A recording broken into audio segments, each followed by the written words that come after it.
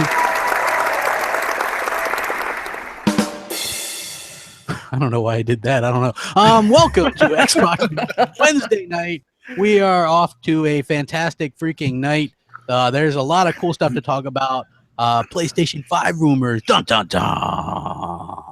I love how you start an Xbox podcast with a PlayStation thing. Megaton. It's called deep teasing. It's called, you got to tease them a bit. There's a lot of stuff to talk about, and we got to start with the teasing. We're going to check in with Dealer in a minute. We're going to get an update on that Spear quest. But first, let me introduce. Oh my god! Dude. Let me introduce the governor. He's back in front today. Chick Day is over. What's up, GKB? What's going on, dude? Drank a whole bunch of haterade. Now I got my hater tots that people were spamming me today. I'm ready to go, bro. Hell yeah, man. Good to have you here, man. I enjoyed your guys' show last night. We have She-Wolf. What's up, She-Wolf? I don't know. You're so mean to me. I swear you hate me or something. Exposed. I only get to be introduced first only because it's Ladies' Day. That's it. Wow. You're still introduced second. Hate much. So mean. How you doing? I'm fine. It's one of those days. It's so cold in Florida right now. I'm hating it. Yeah, it's supposed to get down to 28 or something. Else. Yeah, people are like, "Oh, we feel sorry for you. It's 28 degrees." You know what I mean? Or -3. Yeah. So that is what it is. And we have Hell Hammer. What's up, brother? Not much. The troll earlier today, right? Just real quick before we go into this, right? I was like, "Yeah, man, we can download that Mass Effect trial." He's like, "Who cares about that?" He goes, "Get it on the PS4." And I was like, "Well, they don't have EA access." He goes, "They don't need EA access. Real gamers play on the PS4, and what does EA do? They don't really put out real games that real gamers want. So obviously they wouldn't be interested in that." So I was just like, really? I read so much Sony shit. It's so easy to come up with that stuff now. It is. What the funny part is? That stuff sounds like arguments that I've heard before, right? Where they're just like, "Hey, Sony puts out real games for real gamers, and they don't need." That's the funny part, bro. The funny part is every week you do this, Hellhammer trolls the shit out of you, and you buy it hook, line, and sinker every single time. No, sometimes, all right, this is the truth. Sometimes I'll catch myself, and you can ask him, Hellhammer, won't I go, "Oh yeah, I forgot who I was talking to. Damn." You know what I mean? Because he'll get me. He'll get me occasionally, but for the most part, man, it's I'm pretty good about it. So we got Dealer. How's that fetch quest going, bro? I wouldn't know. I ain't gone back to that bitch in a week. So yeah, it's definitely a 10 out of 10. But yeah, it's the greatest game of all time, bro. Come on. Well, yeah. If you didn't know, if you guys missed last week, you had to find this woman's spear, and then he found it. But then a dinosaur done took it again and ran off with it. My bum leg went out. Can you find my sword? Yeah. I don't know. Here lately, man, I've been doing the benchmarks. I don't know if you saw the video yesterday. Yeah, I watched it. Yep. Extremely promising results for Scorpio.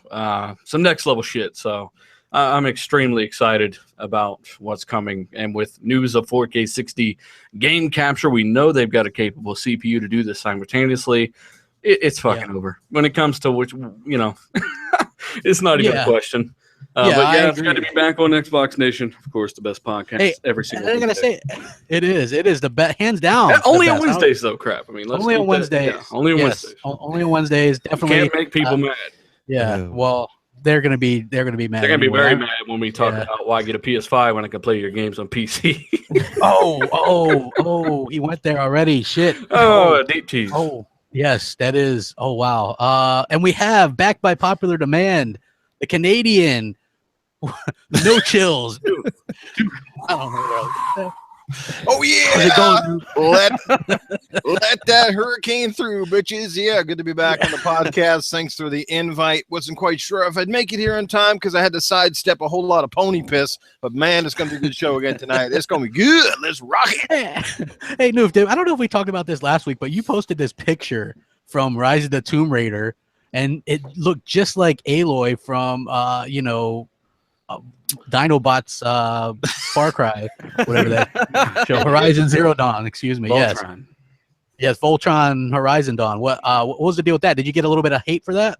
Oh, fuck. The trolls came out of their caves in droves, and it was just a simple little picture. I was making a joke, and I got like the hate mail was just coming down the pipe, man. I was like, man, now I know what it feels like to be crap. I was like, this is yeah. Man, it was crazy. You think they respond like that when Sony gets caught in blatant racism? But yeah. No. We can't. They can't do that. Come on. Yeah. Sony does no wrong. Come on. Those documents. Every move they do is the right one. Comparing Horizon Zero Dawn to Tomb Raider is only a good thing. That's a pretty damn good game to be compared against, in all fairness. Yeah. But they were just looking for a fight, man. There's just a whole bunch of them out there that like to pick fights. And as I said to one guy, look, pal, I'm not the guy who likes to start them, but I'm the guy that sure as hell don't mind finishing them. Oh yeah, that's what I'm talking about. New busted heads. That's what I like to hear, man. Busted heads, but don't say that too loud because then people start making like videos saying Nukem likes to beat up people at GameStop that are buying PS4s. Right? Don't say it won't happen because I know for a start a rumor on GKB and fucking Twitter. The baby something.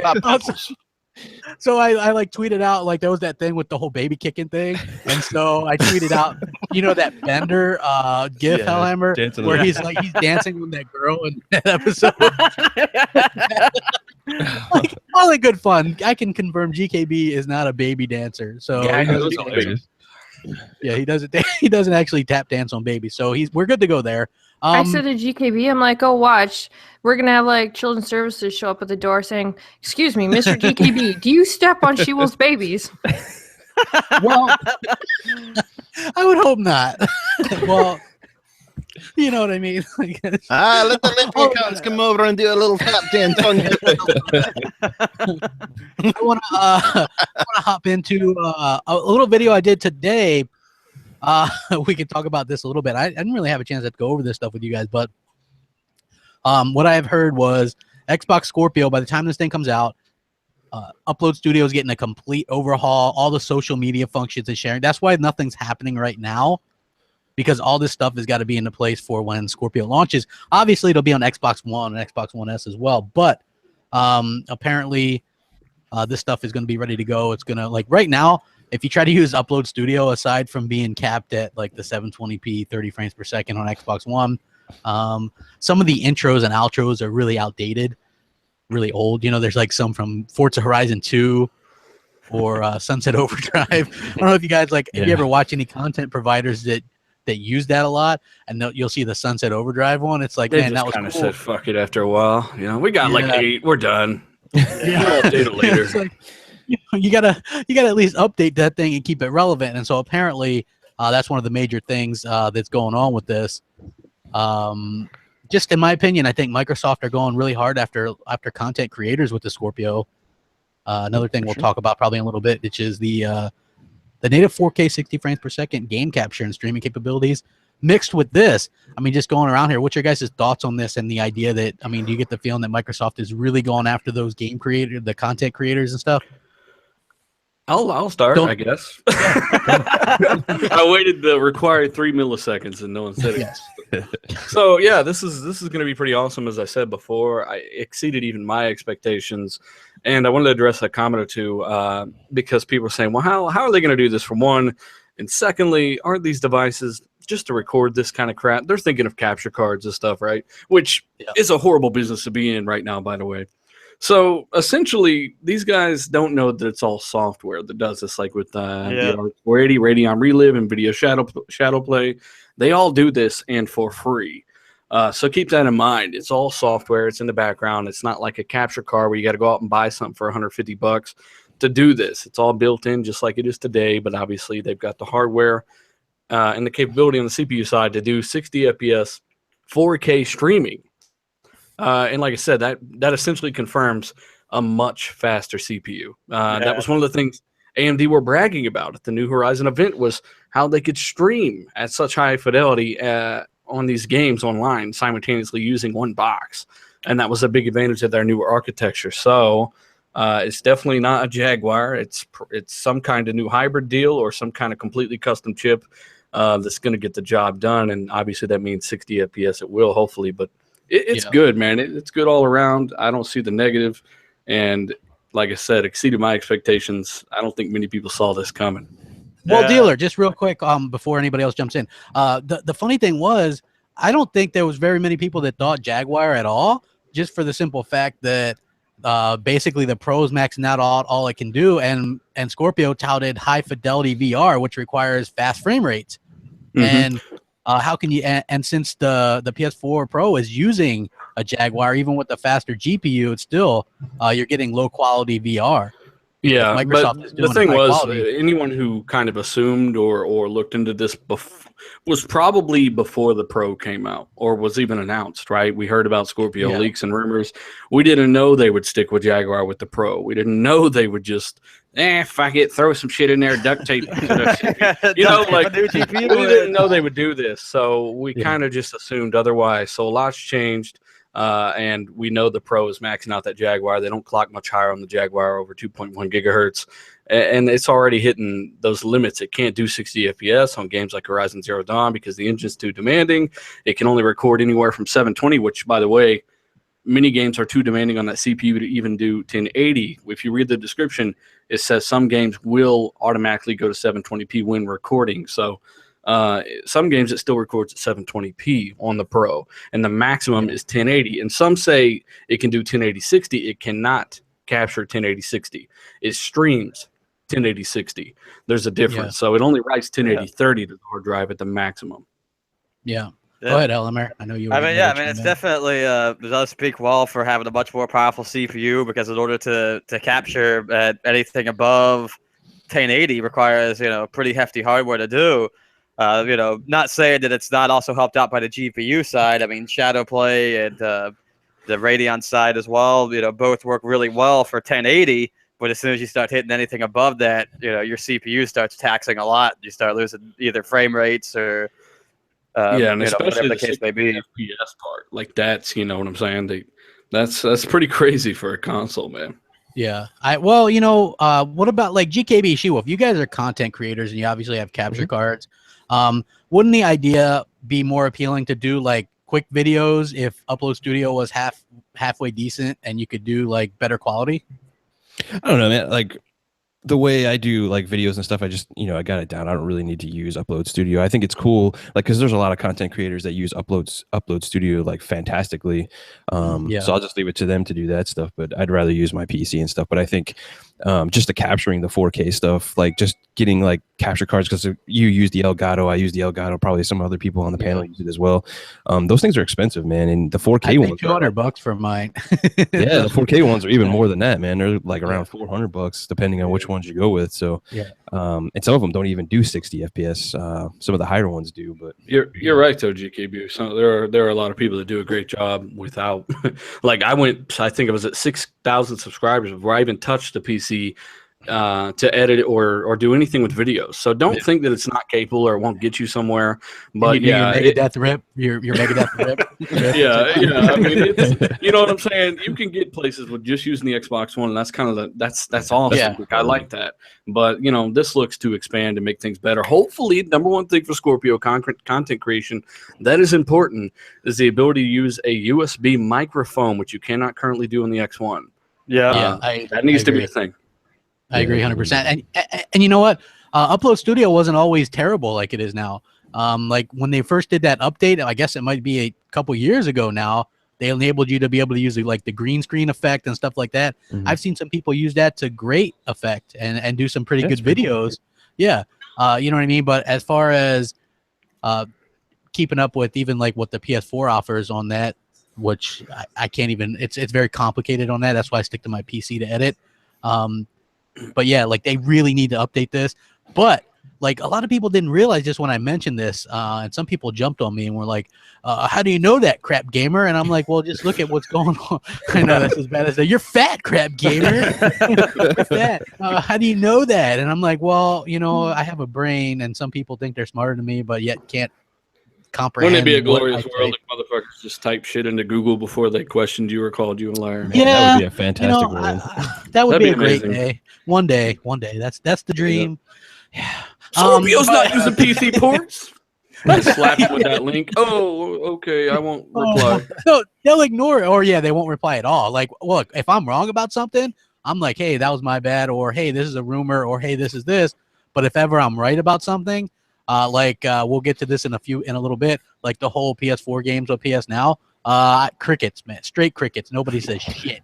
You know what I mean? Nobody like, damn, you guys were right, except for the Xbox fans. They were like, you know what, damn, that Xbox Nation, when you guys all said that meant that they were going to bring PS4 games to PC.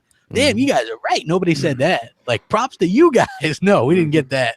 We doubled down on that when they consolidated platforms. So there's literally not one other reason aside from them optimizing for PS4 games that they would do this. You think they want to take away the $8 they're making on PS3?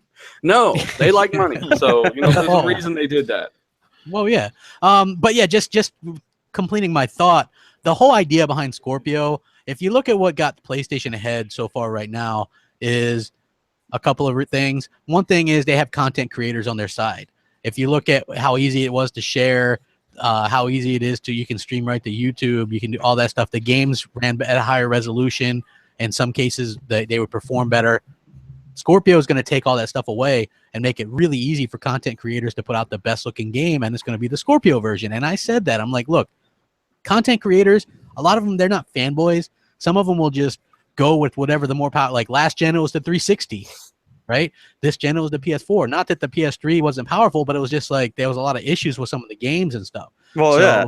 I mean, we got some information coming in here. It's from an inside source. I don't know if you've ever met this guy before, but his name is Cletus Dunmore. Should I hand it over to him?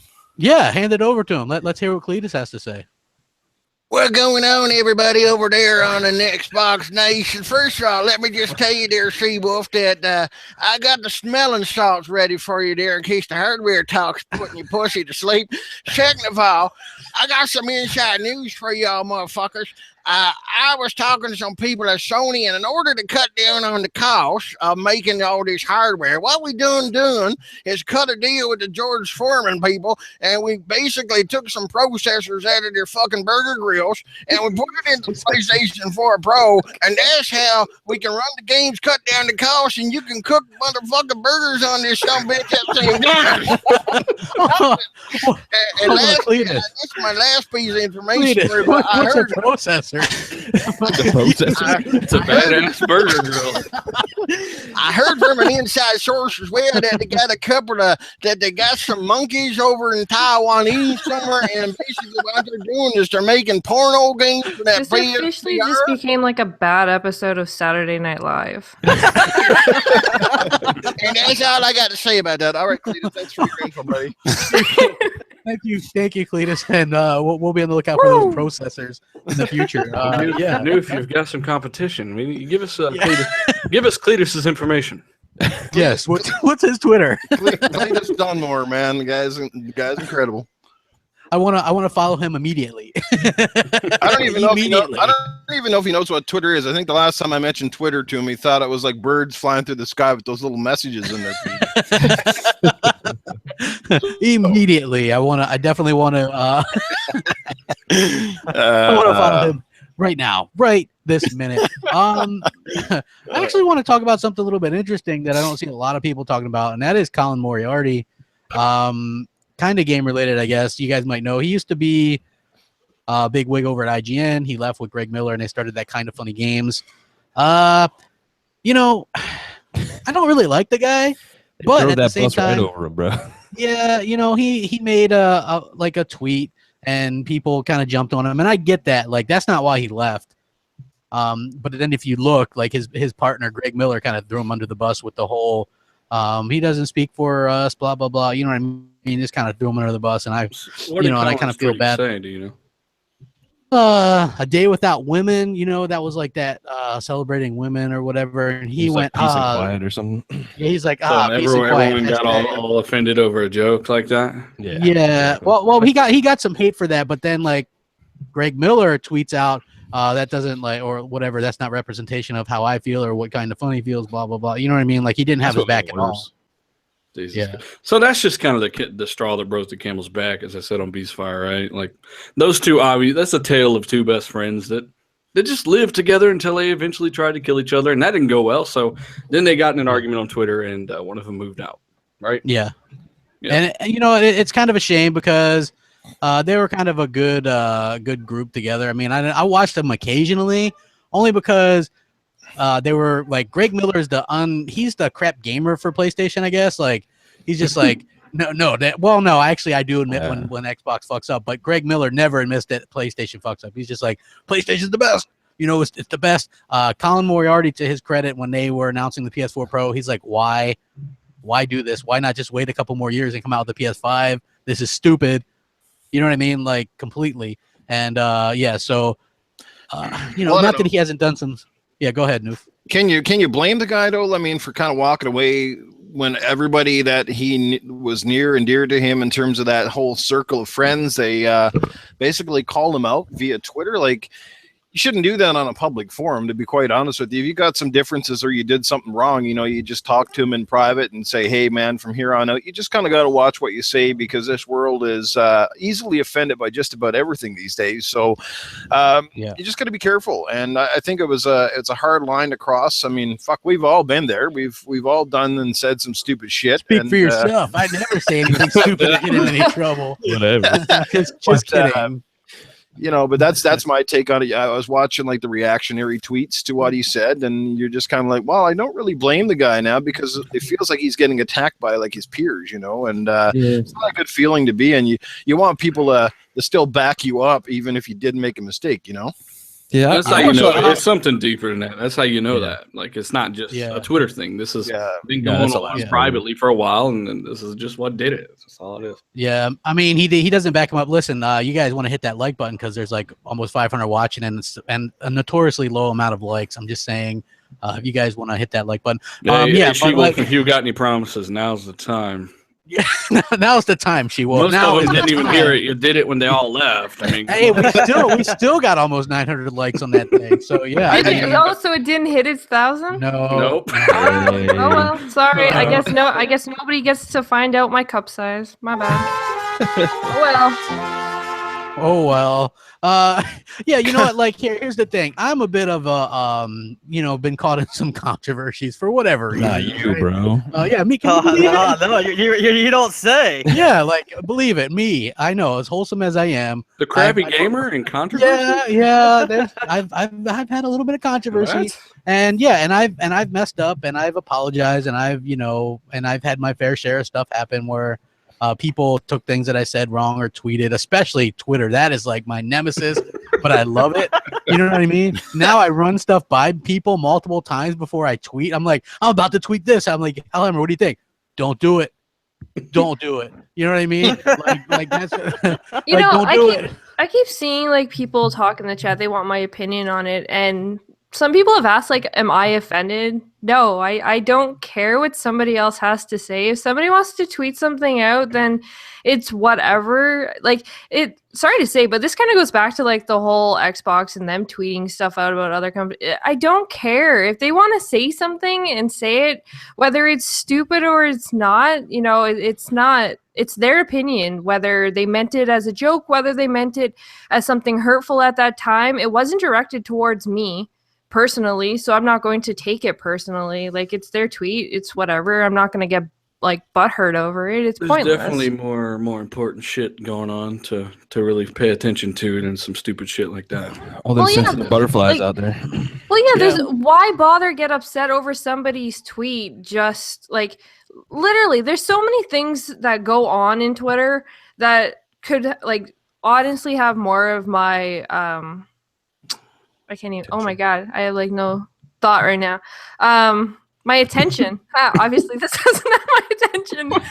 She's Canadian, ladies and gentlemen. What game are you playing right now? I'm not playing a game, actually. No, I just couldn't think of the word attention. But there's obviously other things that can, are more important to me than somebody's tweet. I don't talk to the guy. I don't know the guy. So frankly, I'm not going to get all bent out of shape just because he tweeted out something that could have been offensive at the time. Maybe he didn't mean it that way. Again, like you said. Any fucking way. It was just a goddamn joke. Yeah, it was just jokes. That's the thing. Like, people take things wrong They don't all have the sense of humor time. anymore. Yeah. Well, no, apparently they don't. Like it gets ridiculous where, people can't say something without everybody jumping all over them thinking that like it's the worst thing in the world. One, you only have so many characters to begin with when it comes to a tweet. So trying to get what you're trying to get at in that like amount of space that 143 you letters have or whatever it is. Yeah. is That needs to really be- not enough. It was the timing of the joke because it happened to be International Women's Day. That was pretty He much hashtagged International That's why he Women's did Day it. without women or Yeah. whatever. Yeah. Yeah, It was just completely a joke. It sounds like something that maybe I would even joke about. And here's the thing, right? As somebody who has put his foot in his mouth a lot, I got to say, it kind of sucks when that happens and you have everybody coming at you and attacking you. But the one thing that I could always count on was you better believe that the people that I podcast with had my back 100%. Like, this is stupid. Well, you know what I mean? Like, at the very least, Crapgamer just being Crapgamer. You know what I mean? Like, he's done it again. Like, what the hell? You know what I mean? Like that. Props to Colin Moriarty though, man, because he didn't come out and apologize for shit, man. He fucking just took it, and I give him props for that 100%. But I don't think that was like the reason why he left. If you look at like their shows, because I watched their show a lot too. I actually like a lot of Colin. I thought he was the better one of the two anyway. Yeah, I do too. It's official. Crapgamer now flosses with socks. Yeah, but like when you see like the videos that they were putting out, like he was doing a whole bunch of like interviews and stuff, and they were just like pumping them out like one after another. So there was definitely some kind of like falling out before that, and I think just that, and he saw like Greg and all that, fucking do whatever and throw him under the bus. He was just like, "Fuck it, I'm done. Like I'm out of here." Like And you can I'm sure imagine. there's- Yeah, go ahead. I was gonna say, and I'm sure there was worse tweets that day that people joked around about. Oh, there that was, absolutely. obviously people did not get fired for or whatever. And Yeah. people need to stop thinking that just because something is said on Twitter, that means like that all out completely ended their whole life and their career. Like it's a tweet, people. Yeah. Not Here's a the lot thing of with, jobs like, actually hold that over Colin their could head. start his own fucking Yeah. YouTube channel and Yeah. be just fine. I'd Here's the thing, like I'd subscribe to him just because with those guys, like their biggest thing was like, we're gonna go do our own thing, we're gonna have our own opinions, fuck everybody else, and blah blah blah blah. The funny thing is though, once you start getting big in YouTube and you start getting those ad revenue and fucking all that shit, and that's all paying your bills, then it starts becoming like a business, and I got to start watching what the fuck I say, and that's probably kind of what happened there. They were just like, you can't do this shit anymore, and he's like, well, this is what we started the channel on, so why not? Yeah. Well, Greg Miller sold out for money, and Colin Moriarty was like, "Didn't we start this to like have our opinions and things like that?" And I feel bad about the whole situation, even though I'm not a fan. Like a lot of people are like, "Crap, aren't you happy about that?" I'm like, "No, I'm not happy about that. You don't have to like somebody to think that they get wronged or something. You know what I mean?" And that's that case. And it's not like that I dislike the guy because I would watch some of his stuff. You don't know him. Why do everybody assume that we all hate people just because we have opposite opinions? We don't know them personally, so we don't just up and hate people just to hate people. Like that's kind of stupid. Yeah, I agree 100%. She Wolf, like that to me, and just the way that it is. Look, I don't care what, like you'll see me not get political at all because you see what happens. There's YouTubers right now who got political, and then people jump on them. Colin Moriarty, when you read that article on Polygon about how it's like he sends a sexist tweet and then that causes him to quit. You know what I mean? It's like, I'm like sitting there thinking, are you serious? Like, come on, like, and then in that article, it goes, he's notoriously right wing, fanatical. I'm like, look, you could be right wing, left wing. It doesn't matter if you're talking about video games. You know what I'm saying? Like, who cares? People are all entitled to their own opinions. Why is it that somebody should have to hide what in America, no less, hide what political party they like? I don't care if you agree with it or not. You can at least, if you're a fan of somebody, and even if they're a different political party than you, but you like them because they like the same thing or talk good points on a video game, then there's no problem. Yep. What happened to freedom of speech? I guarantee you, we're half and half probably here on each side of the political line, and we like it doesn't matter because we come together about a subject. Yeah, and exactly. I'm on neither. I could care less about politics. They're all. You could care less. Well, why do you care more than you possibly could, She Wolf? Yeah, I know. Why do you care so little? Like me, what do I care about? I got 519 people watching and only 218 likes. You would think that these people would like the video that they're currently watching. Let's start doing Oreo reviews, crap. Yeah, that's right. Oh, Snap to it. Switch. That's what Greg Miller did, and look at him. He's a millionaire. Is he a millionaire? He won trending gamer of the year as well.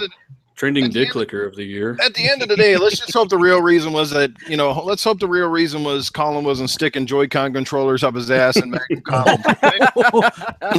We call that anal probing with controllers. I don't know. There's got to be a better way to say that, but yeah, I mean, you're not going to see any of us like after the show going out there and apologizing for each or whatever we said in the fucking podcast. No. Yeah, I mean, look. That's stupid. I mean, you know how many stories Crap would have to say if he did that? Oh, shit, I got 3 days to fucking write up something for Crap. let me tell all you wannabe YouTubers out there, if you really want to have an impressive video about sticking something up your ass, try a Steel Battalion controller. Then I'll be impressed. What is up with you and sticking shit up your ass, bro? Come on. The original one. The original one. Noof, no chills, man. Come on. No the man of particular desires. It's like every other something up his ass.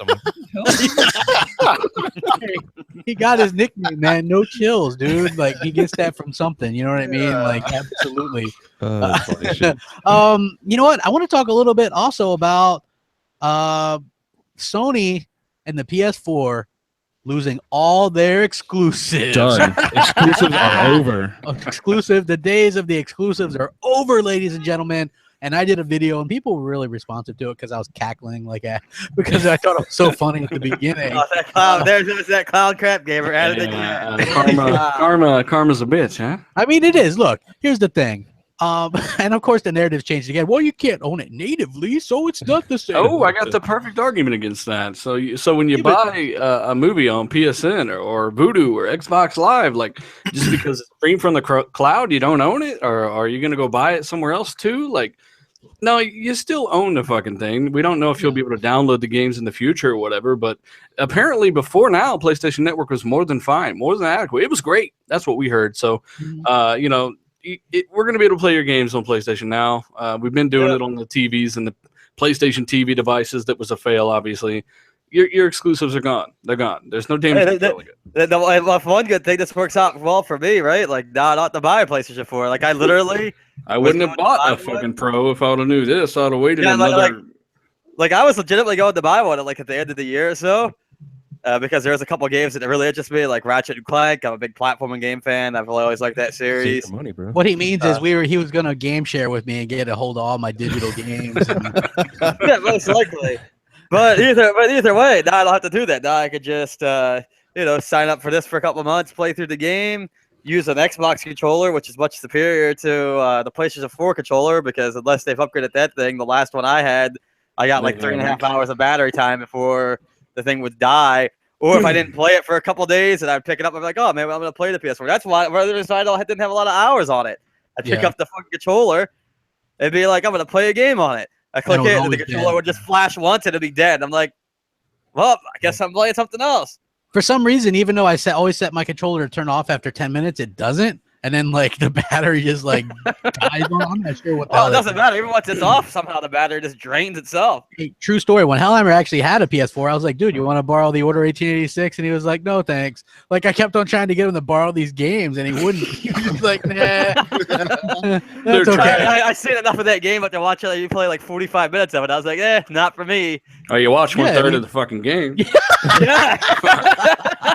Yeah, that's pretty short. Basically, I mean, listen, this to me, like the whole argument that Xbox has no games or it's irrelevant because you can play the games on PC, I always fought that argument as the most stupid thing I've ever heard. And again, like my B is home when I was a clan leader of the gaming clan, and we used to play domination on Call of Duty. B is home because you can always get A or C when you spawn in. Somebody can, right? But you got to keep B. That's the hard. B is home, all right? Now, when it comes to console gaming, if you're a console gamer, consoles are your home, right? Like that whole you can play it on PC nonsense is thrown out the window because you can play pretty much any multi-plat on PC. Yet, as PC gamers, we choose to play them on consoles.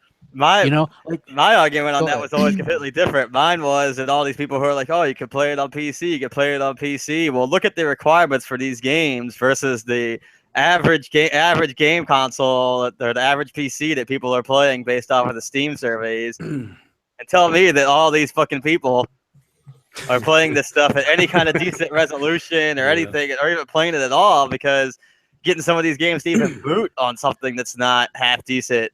Yeah, you need like a 970 is like a minimum card for a lot of these Xbox games. And secondly, that card's still way too short on VRAM. I don't know why that's even a thing. But to springboard off of that, people, to go back to the PlayStation Now shit, at least on the Xbox side, if you can play it properly, you're going to have decent hardware. You're going to actually have a rig you put some money into, around $1,000 probably, $800 to $1,000 depending on how fucking cheap you are. Secondly, PlayStation Now, that's much more accessible. I mean, anybody with the fucking internet can play all of your exclusives now. There, there's no damage control. I mean, to put it in perspective, I was testing out PlayStation Now previously, just a couple weeks ago, actually. I was playing that on like a couple different things. I was playing it on my PC. I was playing it on an old laptop that's like a second gen i3, and it's running fine, like no difference. Yeah. And like Crap's right. We've sat there and talked about PlayStation 4 games coming to PC. So it's on Windows. That's so funny. And it's a thing. So it is what it is. Welcome to the Look, fans put too much weight in the word called exclusive, and a lot of people don't understand what console exclusive actually means, which means it's exclusive to your console of choice, which means you can't play it on the competitor. It's kind of like going to the burger shop, going down to McDonald's, you get a Big Mac. You know what? I can eat a Big Mac in the store. I can take it home with me and eat it. Does that not make it a Big Mac? No, it's still a Big Mac. But guess what? I can't eat the Big Mac over at Burger King. I can't buy that there. So that's essentially what we're looking at here. It's a good thing. You can't buy a Coke out of a Pepsi machine. Well, no. Hold on. You said console of choice. Now remember, you have to throw in there that PC is not a console. That is like the main thing you need to throw into this whole conversation. Well, that's what I said. Console exclusive. Yes, but people seem to want to keep thinking that PC is a console for some dumb reason, because that seems to be stuck in their head. So, just saying, if PCs were console, and we wouldn't need consoles. Period. We just have one. We just have PCs, and that's it. That's all we'd ever need, right? And as we covered before, the top 20 games, damn near almost every month, are all multi-plat on all platforms. So who gives a shit, really? Enjoy your games. If you're a console guy, Scorpio is going to be where it's at. That's just the bottom line. I think Scorpio might even attract some PC dudes, because you're going to be at the Cap 4K 60. I know you get those messages because I get them all the time. Fuck this. I got a GTX 780 and I can't wait for Scorpio, right? Because Scorpio is obviously going to crush those cards. So, I mean, there's tons of people out there. Yeah, it's just so funny to me because, again, I don't think I will never be a guy that's going to abandon a PlayStation to play on a streaming service. That's just not me. I'm a console guy. So there's no damage control there, because I think that the PS4 is still relevant. The Xbox One's still relevant. This just takes away another false narrative created by Sony fanboys. You know what I mean? That's the part that I like. It kills the narrative, just like Scorpio killed the resolution narrative. That's what this does. It completely kills that narrative, and now you have to base it on something else. I mean, what's going to be the next narrative? Who really knows? But it's going to be fucking hilarious, because they come up with this shit, and it sounds like a kindergartner made it up. They're going to hang on to this not local to your device bullshit for a while. Sure. And what they're going to realize is, we don't know if Sony are going to enable them to actually be downloaded locally. I think they want to compete with Game Pass, and that's a major advantage Game Pass has, aside from it just being better in every single way. Yeah. So, it might be downloadable in the future. If not, I'm consolidating platforms like that to PC and PS4 only is only going to help them get that latency down and pick up some of that overhead on the actual local system hardware through the CPU. It's going to be a viable option for your exclusives. That's just the bottom line. So drop the argument. Somebody told me, they're like, well, yeah, that's 720p, 30 frames per second. I'm like, they dropped Vita TVs and PS3 for a reason.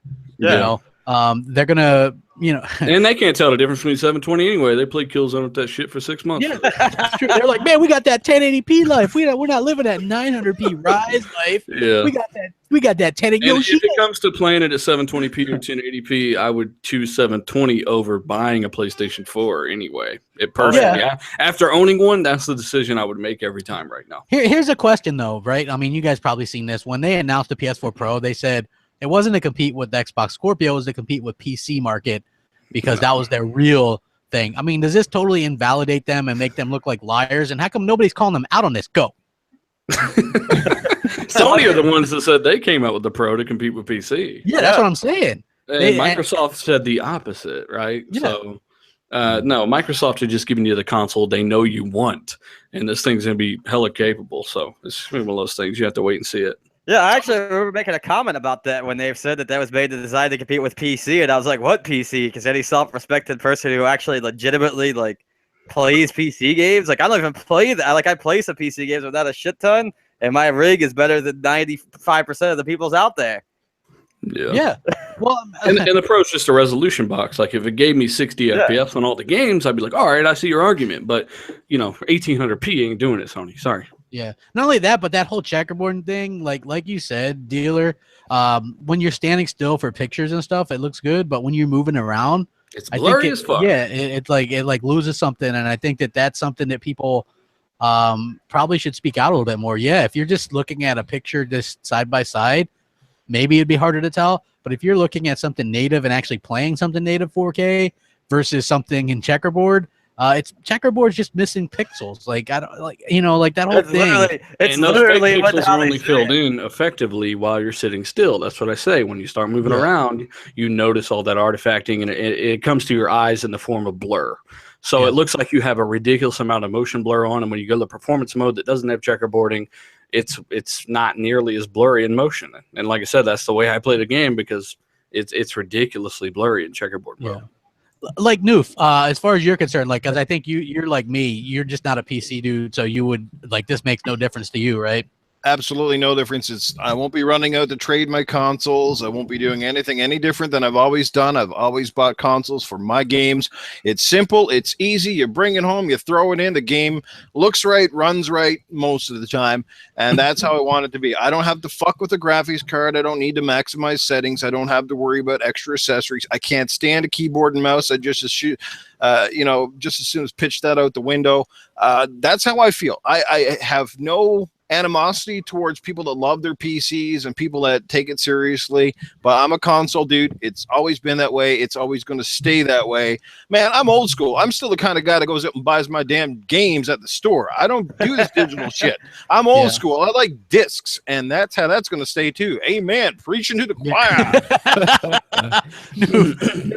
I'm with you, man. I like this too. And then like Hellhammer started being super cheap, and so we started going digital. And no, you know damn well you like the ease of access to digital. I had to get up and slot by when we played Halo 5 the other night for game night, or I was like, oh, I gotta get the disc and put it in. I don't know. So in an ideal world, imagine this: you could get the disc, but once you install it, you didn't need it anymore, so you could still collect the discs, but you didn't need it to play your games. Imagine something like that. Oh, wait, there was something like that. Microsoft had an idea, and the internet was like, bad Microsoft, bad.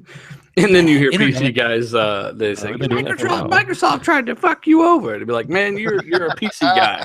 You love Steam. That is the very definition of DRM. Steam is nothing but DRM. Chat says, Noof, you can use a controller with fucking PCs. Well, la-ti-da. Tell me something I don't fucking know. But no, I don't want to use a controller with a PC. Those are the guys, too. They brag, Noof, about, oh, PC is all about freedom and options, but you're not allowed to not like mouse and keyboard. God damn it. So they won't tell you that you'll get dominated online with a controller versus mouse and keyboard 99% of the time. There's been studies and tests done. These dudes always win in most every game, so yo, you pieces, elitist motherfuckers! Pac-Man still looks amazing in 4K. It's in 4K though. Yeah, it's in 4K and 60. Come on, guys. You'll be getting that on Scorpio this year. Oh, absolutely. Oh, by the way, that benchmark I did with Apex, I actually did another one, which I linked in the top comment on 5.9 T-flops, over 100 FPS at 4K ultra settings, 2x MSAA. I mean, you're getting Forza Motorsport 7 at 4K 60, ridiculously high settings. I mean, it's not even an issue. Yeah, exactly. Like anybody that doesn't think that you're getting a shit ton of native 4K games, rethink some things because or think in general. Yeah, exactly. I mean, like that might have been asking them a little bit too much. Oh, you know what? Like, and I'm with the Shadow of War studio, right? Because we did videos about that dealer, right? But the actual head of the studio said something really interesting that kind of went under the radar, and then I did a video about that. Oh yeah, he said that they found nothing false about Microsoft's Xbox Scorpio claims. It's the most powerful console ever. Unbelievably, this wasn't covered at Yeah, this wasn't covered by like large sites. Like unbelievable. Like this guy is saying no false narrative. Everything Microsoft said, which it covers everything for true 4K. No compromises, all this shit, right? So he's saying 100% their claims, nothing false. The most powerful console ever, right? Fucking straight. Like, okay, IGN, what do you guys think about that? GameSpot, Yeah.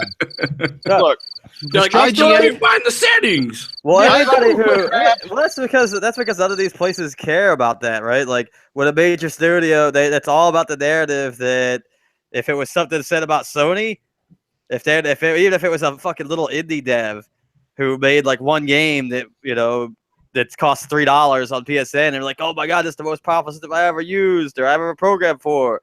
Well, it's probably the most powerful thing they've ever touched because they only made one fucking game. Well, but the difference is that since it's Microsoft, you're never going to hear anything about it. So even though it's a major studio and it's made major games. Yeah. IGN would rather make an extra video about Zelda and how to make your own homemade X-Lax with all the fucking shit that you get in the game instead of post a sensible video about freaking Scorpio. I was a little slow in there. You got to be on that. You got to be on that rim shot for Noof, man. Whenever he chimes in, it's going to be a joke. It's going to be a joke. You just got, you got to have that rim shot ready. But you're right, man. They're definitely way behind in all. Like someone mentioned, I think last week, like compared to us, even, which we link this shit in the description every time. Yeah. They don't have any videos about PC ports or any of the common knowledge amongst the community, right? Like they're so far behind that it's not even funny. And when it's a factual interview from Tech Radar, not anyone else, Tech Radar, with the technical director of Shadow of War, the guy that's optimizing games for Scorpio right now, that tells you all this stuff. If that were PlayStation, they would have had videos about that. That's just look in the past. They've done this stuff. If it was PlayStation, you would see all over. Oh my God, PlayStation, fastest thing ever.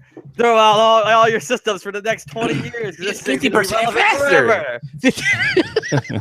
Well, I was looking at the Game Radar tweets this past week. I actually replied to him and I said, "You guys know how to talk about any console outside of the friggin' PlayStation 4 and the Switch?" Because I didn't see like any of their stories they were posting had nothing to do with Xbox. Period. Like there was no Halo Wars 2. There was no nothing about Xbox. Period. Yeah.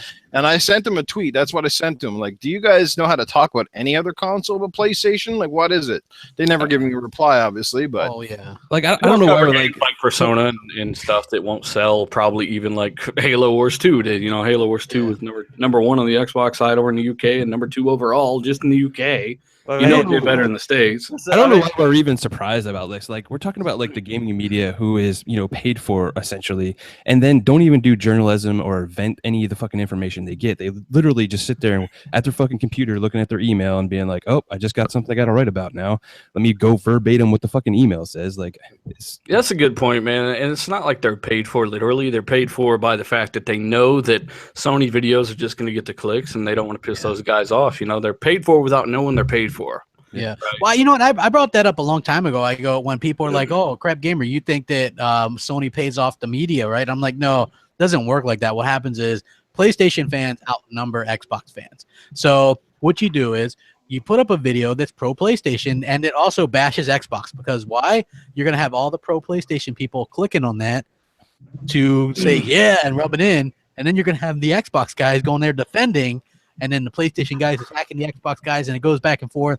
And it's like this one big like melee thing.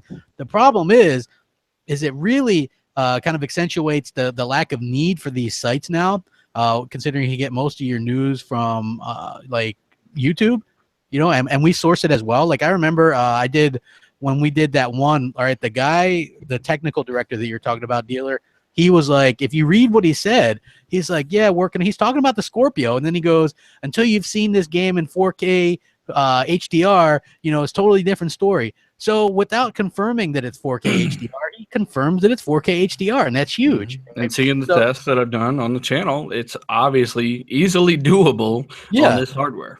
Exactly. Just naming off like random games that nobody gives a fuck about that the PS4 is getting, but he forgets to say here that Dear Automata is coming to PC and Persona 5 is on the fucking PS3.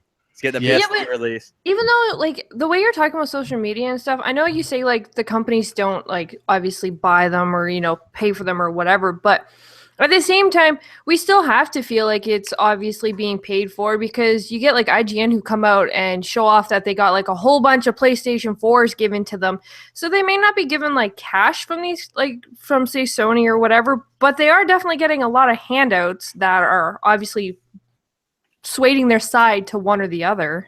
Would you say, She-Wolf, that there's a possibility that some of these companies would maybe even fire somebody if they gave a bad review score to, say, a Nintendo Switch? Absolutely, bro. Like, I went out there and said the Zelda things were inflated, and I got fucking comatose fucking Nintendo fanboys come out. How many of these places do you think got free Switches from Nintendo? Like, that's the thing. Like, you have to look at all the stuff that they're getting behind the scenes that we don't know about that could also come off as payment, not just necessarily cash that obviously sways their side of what they're talking about. I understand, like, keeping a good relationship with companies and publishers and developers and hardware manufacturers, right? But I don't necessarily think they're paid off that easy. I think more on the YouTube video side, it comes down to, you know, you're trying to attract certain fans on YouTube and get money and this and that. But on the hardware side, like with the Switch, I mean, they gave that bitch a 7, right? Like, they obviously weren't too worried about 6.4 at first, and then when they finished it, they like, man, after we found out about the green screen and the broken pixels and shit, it's a 7. So, broken pixels is half a deal with it. Yeah, I mean that's part of the experience according to Nintendo. Yeah, it's only when you go and drop $300 on the device, that's just what I want is broken. Well, then if that's the case, it all comes down to drama sells. Like, everything nowadays is all about who can make the biggest cry to make the biggest attention to get the biggest fight out of it, and I find it useless, but you know, it gets people views. So I tried putting my balls down into the Nintendo Switch. What are you doing back here? Who invited you back? Tried putting my balls down into it. Well, you did ask for his information. Maybe you're supposed to be checking on those processors. Cletus, you motherfucker. Cletus, damn it. Just in case some of you guys don't know, this IGN employee got fired during Switch Week after he reviewed the Switch a 7 out of 10. That guy got fired? Yeah, he got fired the day after. But do you actually know that that's the reason he got fired? Like, well, you don't know. That's my point. Half the time that there's usually something like an underlining reason that we don't actually know about, but because it comes out on a certain time or around a certain article, then the media cracks it up, making it sound like, oh my god, that's the reason for it. Well, I mean, that was a damn good review he did, though. You know? Look, here's the thing, though, right? Like, the Nintendo fans have always been rabid, though, right? Like, even before like social media and stuff. Like, I remember going to like the GameFAQs forums and stuff like that way before GameSpot bought them out and all this other stuff. And, like, the Nintendo side, those people were just insane about everything, like a denial about everything that was wrong with the consoles. Pack of pedophiles. You know, everything was perfect. We didn't get this third-party game. Oh well, we got this and this game, even though those games may have came out, a year prior. Yeah. Well, Assassin's Creed 3. Back in the day, I used to read a lot of magazines, gaming magazines, and EGM was pretty much my Bible for a long time. And I remember there was a point in EGM when they were competing directly with GamePro. That was pretty much their main competition in the magazine space. And GamePro at one point, they were starting to get all the reviews long before some of the games had come out. And I remember like EGM at one point, they actually put a statement in their magazine saying that we will not, we're not going to hold back on our reviews for the sake of basically losing advertisers, which they did. And they did kind of point out a few people like indirectly that were basically removing ads from their book and were basically not giving them review copies in case they were going to give them low scores. And I loved how they used to do the reviews. They had that 3-tiered system where they'd have a primary reviewer and 2 other people to give their 2 cents second opinion, right? And it was fantastic. And like, I credit EGM for doing something back in the day that nobody had the balls to do, because GamePro would they had that really shitty review system anyway, but it'd be like what was it, like 5 stars out of 5, and then you'd see the EGM review and it'd be like 6.4, 7.2, shit like that, and you're like, what's going on here? And that's because they had some credibility back then. Well, Game Informer used to be the same way. I think I'm not sure if they still are, but they would do a review, and then there's somebody else would have reviewed it too and given their take on it. At least on the major reviews, anyways, of the major games. Yeah, I remember that. So you would do that. And now it's like who was it? Jim Sterling gave Zelda Breath of the Wild a 7 out of 10, and then his site was DDoSed. Jesus Christ. Yeah. Well, his site was also DDoSed when he gave No Man's Sky a poor review. Yes. But wait, So- I thought reviews. I mean, he and kind everything of are deserves it though, somewhat, right? He's a fuckface, huh? Yeah. Well, I mean, listen. Here's the thing, right? Like, has there ever been a DDoS for a bad Xbox review? I mean, seriously, these sites would all be DDoSed all the time if that were the case, right? Because they all get bad reviews. But Well, that goes back to like my point is like, you know, we talk about reviews, and I fucking can't stand the gaming media reviews. They're fucking terrible in my opinion. But yeah, you know, if you want a good review, you go to crappy reviews because the games aren't always crappy, but the reviews usually are. I stopped using reviews like probably like 8 years ago. Actually, yeah, probably around that time. It was mostly based off of if I looked at the game and I thought it looked decent.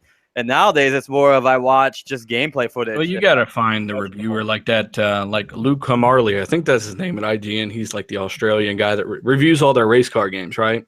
He usually nails shit out of the park. He knows what he's talking about with tire modeling physics. And I generally pretty much agree with all of his reviews. So if he reviews Forza, I'm listening to that guy, you know. So doesn't he always say kinda, the Forza? He's always like the Forza formula or something like that. The Forza physics, and he's not the only one. You know, there's no other physics out there like them. So, I can't confirm that Dealer was absolutely right on Project Cars as well. That's garbage. I played about like. You know how many messages I've gotten? The first day that game was free, I got 18 messages. Dude, I know exactly what the fuck you're talking about. To be honest with you, I didn't even finish a single race. Like I started playing it, I got like one lap in, and I was like, "This is the most awful game." That racing game, one of the most awful racing games I've ever played. Unrealistically twitchy. The cars aren't really connected to the road. There's no weight. You know, this is one guy that the one Project Cars fanboy I've ever seen that's convinced that it's the best thing ever. But it's like, man, the rest of the world's against you, bro. I mean, it's not even like I get it if it's an argument, but it's not even an argument. I'm sorry. Yeah. Look, it's hard to go back to any racing game once you played Forza. I'm just going to say that's just, it's impossible. Whether it's Motorsport or whether it's Horizon, either one, or if you like both like me, you're never going to find a better racing game in mind. Those games are just the top of the top. And I was glad to see Horizon finally broke that 90 meta. And I'm sure that Forza Motorsport 7, being the third one on Xbox One, will definitely do that as well. You know what was interesting was there's this site that shall not be named that I've been banned from. But there's this, I can still look. And the top article is called "What the Heck Happened to Xbox?" And here's how this article starts off.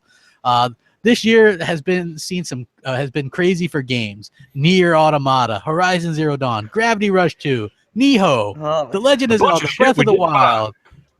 Yeah, exactly. The Breath of the Wild, alongside the launch of the Switch, 2 Kingdom Hearts HD collections that I can't get enough of, Night in the Woods, Before Too Long, Persona 5. I don't even know. I've never even heard of that game. There's just one problem. None of these games are on Xbox One. So what happened? Where are the Xbox One great exclusives? Did the Xbox One become just a Halo box? And what are they going to do to win with their new console Scorpio comes around, right? This is the common theme that we see, right? This guy is talking in March that Xbox has no... Where's their exclusive, despite the fact that Halo Wars 2 just released? Despite the fact that ReCore, Forza Horizon 3, Gears of War 4, Dead Rising 4, and Halo Wars 2 have all released within the last 6 months. In the last like 5-6 months. 5-6 months. Did you see what Aaron Greenberg did to that one fan who kind of called him about exclusives? And he's like, "Hey, did you miss the last 6 or 7 months where we dropped this many games?" I thought it was awesome. That was absolutely, like, I'm sitting there watching or reading this thing, and I'm like, why is this an article now? Where was this article last holiday when Sony only had The Last Guardian, or what the hell is that thing from that The Last Rat Dog, or whatever the hell that thing is? Yeah. Something fuck something, and that's what a movie. There's been multiple years though, right, where Sony has had nothing hot during the holidays. The year before that, it was I think the Uncharted collection, right, or something like that. Yeah, was it like the year before that? Was it like Tearaway or something like that? And there's a reason games like Nioh and all those things come out in February, March, because those fucking games don't stand a prayer if you brought them out in October, November. Yeah, and Fair and Narrow half of those games. I mean, and Noof brings up a very good point on that, right? Like, honestly, like, how many copies of these games, even though they're already selling fairly low, like Deer, Gravity Rush was like 100,000 units on 60 million PlayStation 4s. Yeah, like Dio and all these other games. Like, what would these games sell if they were rolling up against like a big like heavy hitter? Yeah. Well, listen to this. Like, this is some of the worst writing I've ever read in my life. Unlike the 360, which dominated the last generation after the Wii died, the Xbox One is adrift in a new market with more demand for bizarre Japanese games in the West. Did you guys know that there's a demand for bizarre Japanese games over here? Last time I checked, they're still selling like trash for the most part. Yeah. And here's what, and it continues to the point that Nier and Persona are now considered AAA games in their own right after being niche titles in the past. What? Yes. Well, look, here's the thing: JRPG gaming, everything that like they've always sold about the same amount, like across the what console it's been on, or whatever the case may be. And this is going back pretty far too, like even like the GameCube era and that sort of thing. They've always been a niche title. It's always just been. Well, the guy doesn't know what a AAA game is, and one of those A's is obviously production value and budget. Now, I can see where maybe someone's coming from with Nier, right? Maybe a little bit because it actually has graphics to it. But, you know, in terms of marketing budget and production budget, these Japanese titles, they're just lacking. And again, I'll say Persona 5, it's getting a PlayStation 3, not 4, a PlayStation 3 release. And that doesn't mean they're bad games. I want to reiterate that doesn't mean they're bad games if they're AA games or whatever. But no, it's just they're not. You know, Neo did 1 million because it got great praise from every outlet, and there's 60 million consoles out there. Yeah, good job, right? I mean, Halo Wars 2 will do over 1 million, and it's a fucking RTS. Yeah, and with the Persona game too, I want to throw out there as well. Is that one of the reasons why it's coming to the PS3 is because they know it's a niche market, so they have to sell it to as many people as possible. Yes, yeah, and you know why they also have a glut of games? Because majority of these games, like Nihon, were actually in development for the PlayStation 3. Like, I mean, even Last Guardian was a PS3 game. These games were in development years ago. So all of a sudden, they're coming up with this glut of games. It's like, yeah, but do you realize they weren't developed for the ground up on the PlayStation 4? They started development years ago, and they're actually delayed as fuck. Like, you know what I mean? So it's probably good because, you know, I've never heard so many people care about these fucking stupid-ass games until now. I didn't even hear about I'd never heard of Persona until this generation. So yeah, like many of you probably. I've heard it in passing, but I've never I've never heard anybody be like, here's my thing, right? Like I've never heard anyone go and be like, aside from like on Twitter and that kind of thing, but let's say just in actual like physical people I've met, game stores I've been to, all this stuff. I've never heard anybody go, oh my God, I can't wait for this new Persona game. Or, oh my God, I can't wait for this new whatever Japanese RPG or Japanese game. Not to say that the games are necessarily bad, even if I don't technically prefer those types. Just I've never heard anybody be like super excited or pumped up to go do it. And we do need to acknowledge the fact that Phil just went over there. Those are all third-party games. They could easily come to the Xbox platform in the future anyway. So yeah. Oh, I don't see someone showing up for midnight launch for those games. Nah, exactly. Midnight launch. Well, hey, just to point out one last fail in this article, he says that the 360 didn't fail in Japan, which is complete nonsense. The 360 failed big time in Japan. The 360 flopped big time there. Yeah, all of the this is a site where any random moron can just write an article, right? I'm thinking so. This is like one of the, they shouldn't even. They're not even supposed to let these types of articles go on that non-named site. I'm just saying, hit that like button, guys, while you're at it. Yeah, let's rack up those likes, will ya? So let's see. Initial reports are that Mass Effect Andromeda underwhelming. I don't know about. I'm hearing the more you play it, man, the combat grows on you and stuff. I haven't actually. I've been trying to avoid a lot of information about it because I like the Mass Effect games and that sort of thing. So I haven't heard too much about it. I have heard like in passing people saying, "Oh, it's kind of boring," or "This is kind of this or that." My thing is that really, I mean, the Mass Effect games always start out slow. Like every single one of them have started out pretty slow. Ain't nobody played. Any reviewer doesn't have their official opinion out there because they can't do that yet, right? So if you played 10 hours, I regretted buying The Witcher 3 for the first 8 hours, and it turns out it's one one of the best games ever made. Yeah, like I like that. I so mean, it's one of those games that's gonna be a slow burn, and provided they, he did reference The Witcher 3 when it came to side missions. So I think they got rid of a lot of the fetch quests in favor of narrative-driven quests. You're not going to get those swords or spears. Yeah, I mean, I will say. Yeah. So I'm really looking forward to Andromeda. I think it's gonna be a good game. I was a little bit let down with Dragon Age Inquisition, and to me, this is a little kind of on that border edge of that. Quest, right? Yeah, I mean, Dragon Age Inquisition was that. It was also that. At least close the portals. Yeah, that was that. Those fucking portals. Yeah, but it wasn't even that, right? Like the storyline and stuff was great on that game once you got into it. My main problem was that when they advertised Inquisition, it was like this massive open world. It was open world to the point, but it was like open world only in these certain areas. You couldn't just go north. That's how kind of Witcher was. But I mean, there were massive maps that even one of those maps would have been like an open world in a normal game, right? Yeah, that's what I'm saying, right? So, but these open worlds on like Inquisition were relatively small in comparison and not as interesting. There wasn't as much, around it. So that's how I think like a lot of the planets are going to be, right? The maps aren't going to be massive, but and that's what I was trying to get at, basically, right? Like it seems to me like it's basically just Mass Effect over top with a Mass Effect skin over top of Inquisition. Are you getting Mass Effect GKB? Absolutely, bro. What about you, She-Wolf? Are you a Mass Effect fan? Woo! Honestly, I actually never played any of the first ones.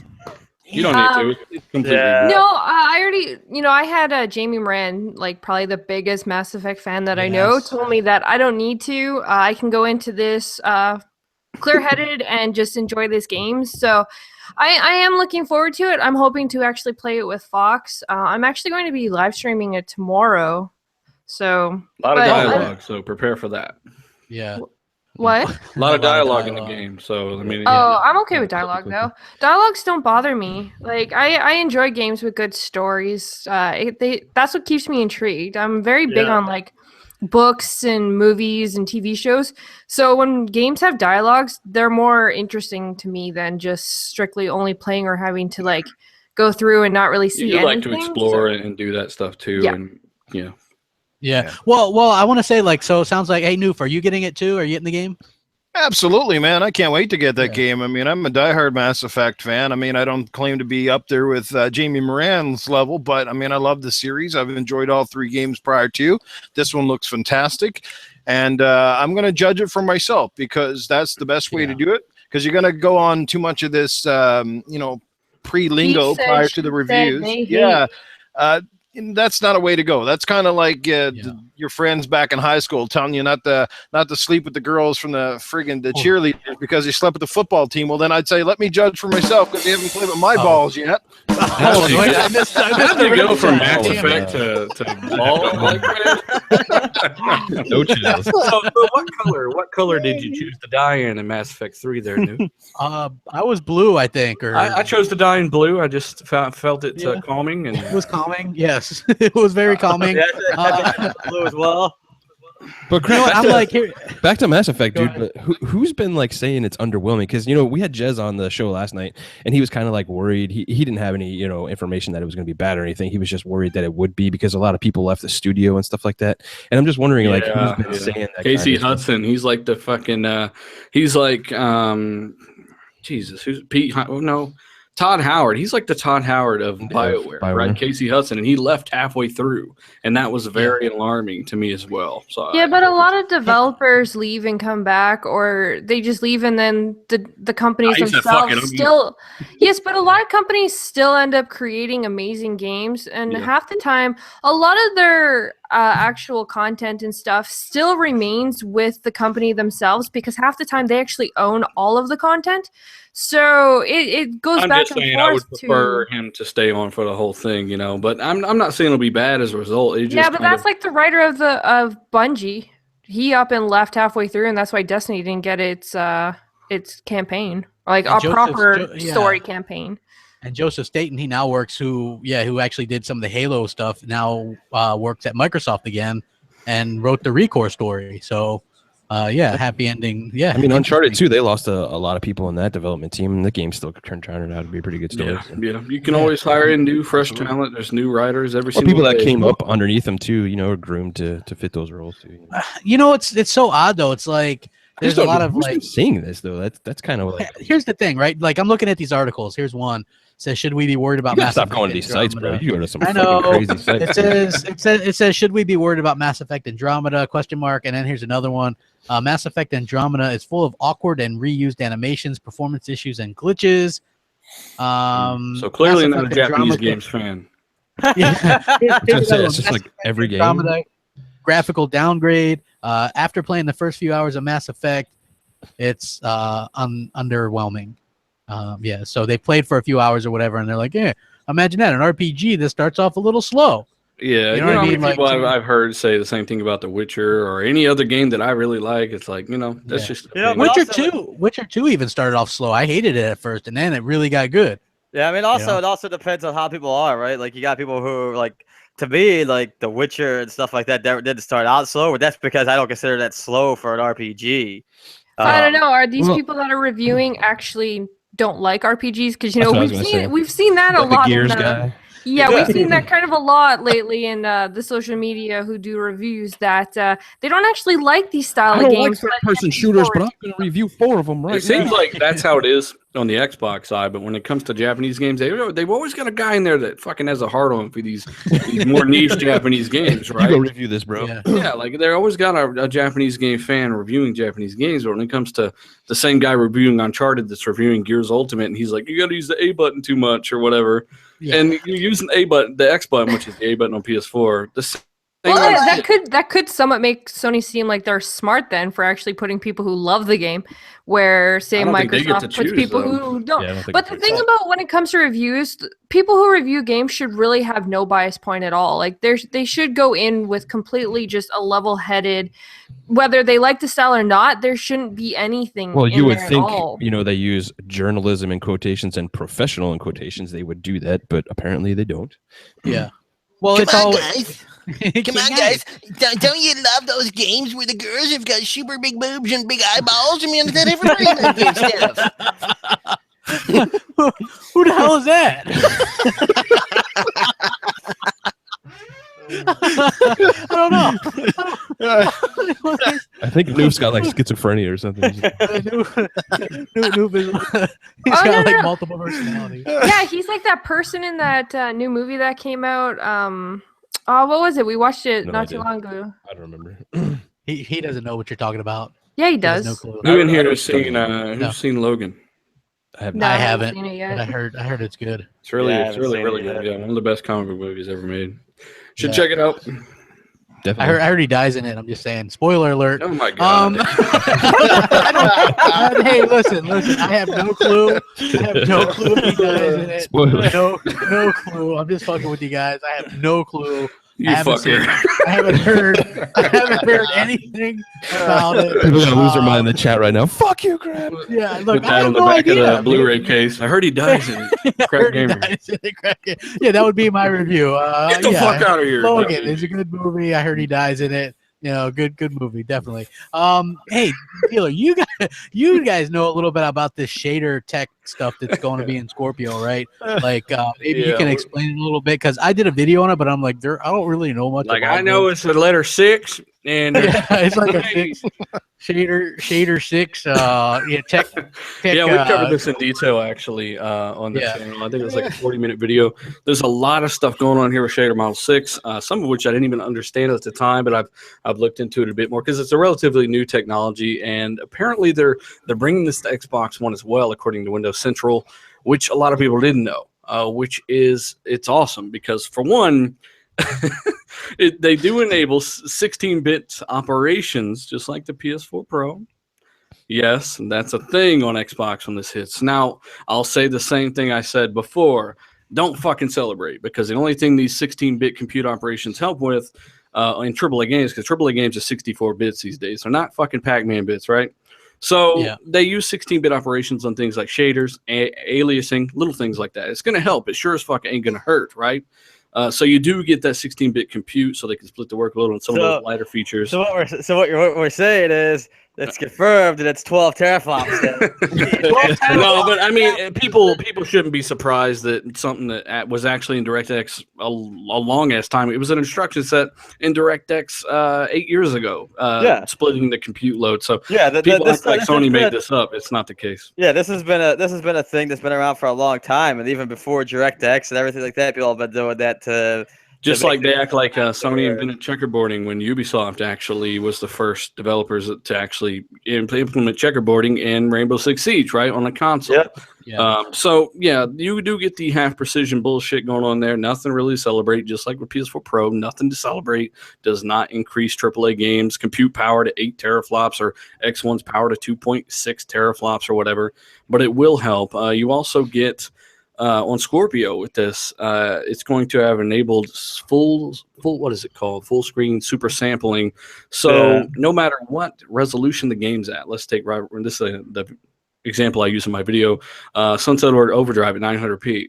They don't even have to patch the game, and what Scorpio will do with this technology is automatically super sample even lower than 1080p or full HD images. So Sunset Overdrive at 900p will get super sampled without any images, without any patches, which is awesome. So every game, almost pretty much assuredly, will be better right from the get-go. Not only will they ping out their available resolutions, because a lot of games use dynamic resolution, like Witcher 3, Titanfall, etc. Some games use dynamic rendering for graphics, like Witcher 3 and dialogue scenes that we covered, HBO and all that's activated.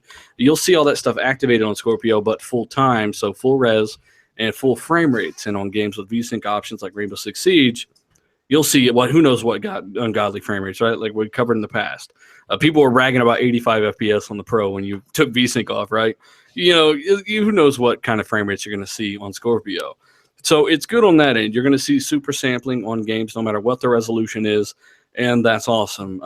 And that could have something to do with Phil. He was actually in an interview, and he did say that we're doing a good job basically at showing how Scorpio improves old and new games. Do you remember that story? Yeah. And and that's almost certainly what he was talking about. So unpatched games will automatically be super sampled, and of course, as we know, patched games will be used in the PC versions. But when it comes to Shader Model 6, they have tile resources improvements, tile resourcing improvements, so they can cram more data in the ESRAM of the Xbox One. And also, that's how Rise looks so good. I believe they were using some of that stuff. Yeah, right? Tiling and that sort of stuff. And that's why you had a lot of 720p games, especially from Japanese studios, because they didn't bother using ESRAM at all, which doubles Xbox One's overall bandwidth to just under 200 gigs. So there's a lot of stuff there. Like I said, I'm not going to put everyone to sleep, but there's a big video about it on the channel. It's a very technical thing. So there's a big video about it on the channel. It's about 40 minutes long. If you want to know more, it's pretty interesting, and it is cool. It's coming to X1 and Xbox Scorpio. Yeah, and so basically going forward, it's going to be easier to kind of like optimize. Easier for devs, and you've got new features, you've got new tools. So I mean, basically anybody who sits there and thinks that it's not that this stuff isn't gonna matter for games that don't get patched or whatever the case may be, I mean, that's pretty false. I mean, we already see, performance increases on the Pro with certain games that have unlocked frame rates or whatever the case may be. We see performance gains on the 360 backwards compatibility titles because of the difference in the hardware. Yeah, I mean, that's just how it works. And it very well could be that Xbox One games on Scorpio unpatched might be emulated. I heard some stuff a long time ago about Microsoft hiring more emulators, team members for the emulator side of things to possibly emulate X1 games. That could be a possibility, but I think we'd see much better results seeing as X1 and Scorpio are both on x86. So that's something to look out for. But I'm sure it will be much faster and better. Yeah, I don't think there's much of a big concern with doing emulation or anything, considering everything's the same hardware platform pretty much. Yeah, and the games would only run faster. Like I said, both x86, you'd see much better gains than you saw on even the 360 games running on X1, right? So. Yeah. So here's something that I wanted to talk about last week, but we ran out of time. Call of Duty 4 Remastered. We already were forced to buy a whole game to play this game, right? Most of us bought it strictly to play this game, right? And you figured that they'd give you all the maps for free, but nope. They're like, here, we're gonna sell. They're like, here, we're gonna give you another map pack for the remastered that you already paid for. You had to pay, but you're gonna have to buy this map pack, and it's gonna be $5 more than it was originally on the 360. Like, really? I fucking hate Activision. Like, really? Well, that's the thing, though. Activision looks at how many people just spend money for their games and their content, and we constantly keep feeding into it. Like, I guess it's actually kind of our own fault for the fact that people keep honestly feeding into Activision's money greediness. Well, 50% less of us fed in last year than the year before, so that's good, right? Yeah, but you still have all those players. Like 10 million or something. I know. I'm That's just a saying. No company wants to see. Oh shit! Half of the people that bought it last time didn't buy it this time. That's a problem. So they're fuck faces, and they think they're invincible because they have Blizzard, who's been keeping them afloat for almost a decade with Warcraft, right? So they've been making so much money off Call of Duty and Warcraft. They stopped thinking about the consumer. Yeah, and they're the assholes of the industry right now. Nobody's giving them much shit about it. Yep. Hey, you know what? I agree 100% because look, well, now they have Overwatch, right? So and then soon Destiny 2. So it's like, yeah, they can afford to like piss people off. If you look at the things they do, like they give you straight up ports of games that like aren't improved at all. They're just like, here's a port of a 360 Deadpool, game. Transformers, Marvel Ultimate Alliance 1 and 2, and they charge $60 for them. Yeah. I just summed it up in one sentence, people. Stop crying if you keep buying, because I've had so many friends over the last couple of years say, I am done with COD. I am so done with that game, and they'll keep to the word until November comes, and 3 days later they got the game. They're buying the DLC.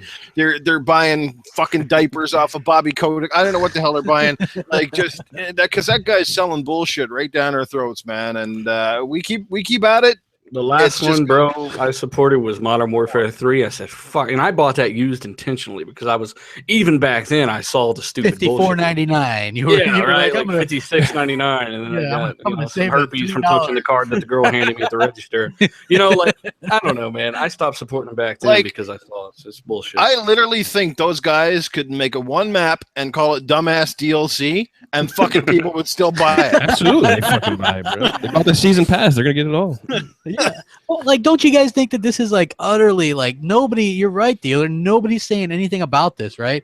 Like Microsoft gets shit for stuff. If EA did this, you'd have like a 50. Bro, the fact that you need the Infinite Warfare disc to play the digital copy of the remastered is fucking bullshit and anti-consumer as fuck. And nobody said anything. Where were you, Angry Joe? You big bitch. Because it's Call of Duty. It's like nobody wants to actually come out and say something bad about Call of Duty, which is kind of funny because it's the same thing that everyone's complained about, like in smaller, like not smaller podcasts, but like us who actually do speak out. I was trying to think of how to say it without like making it sound like I don't know. Like I guess people who actually speak, like the ones who do actually speak out.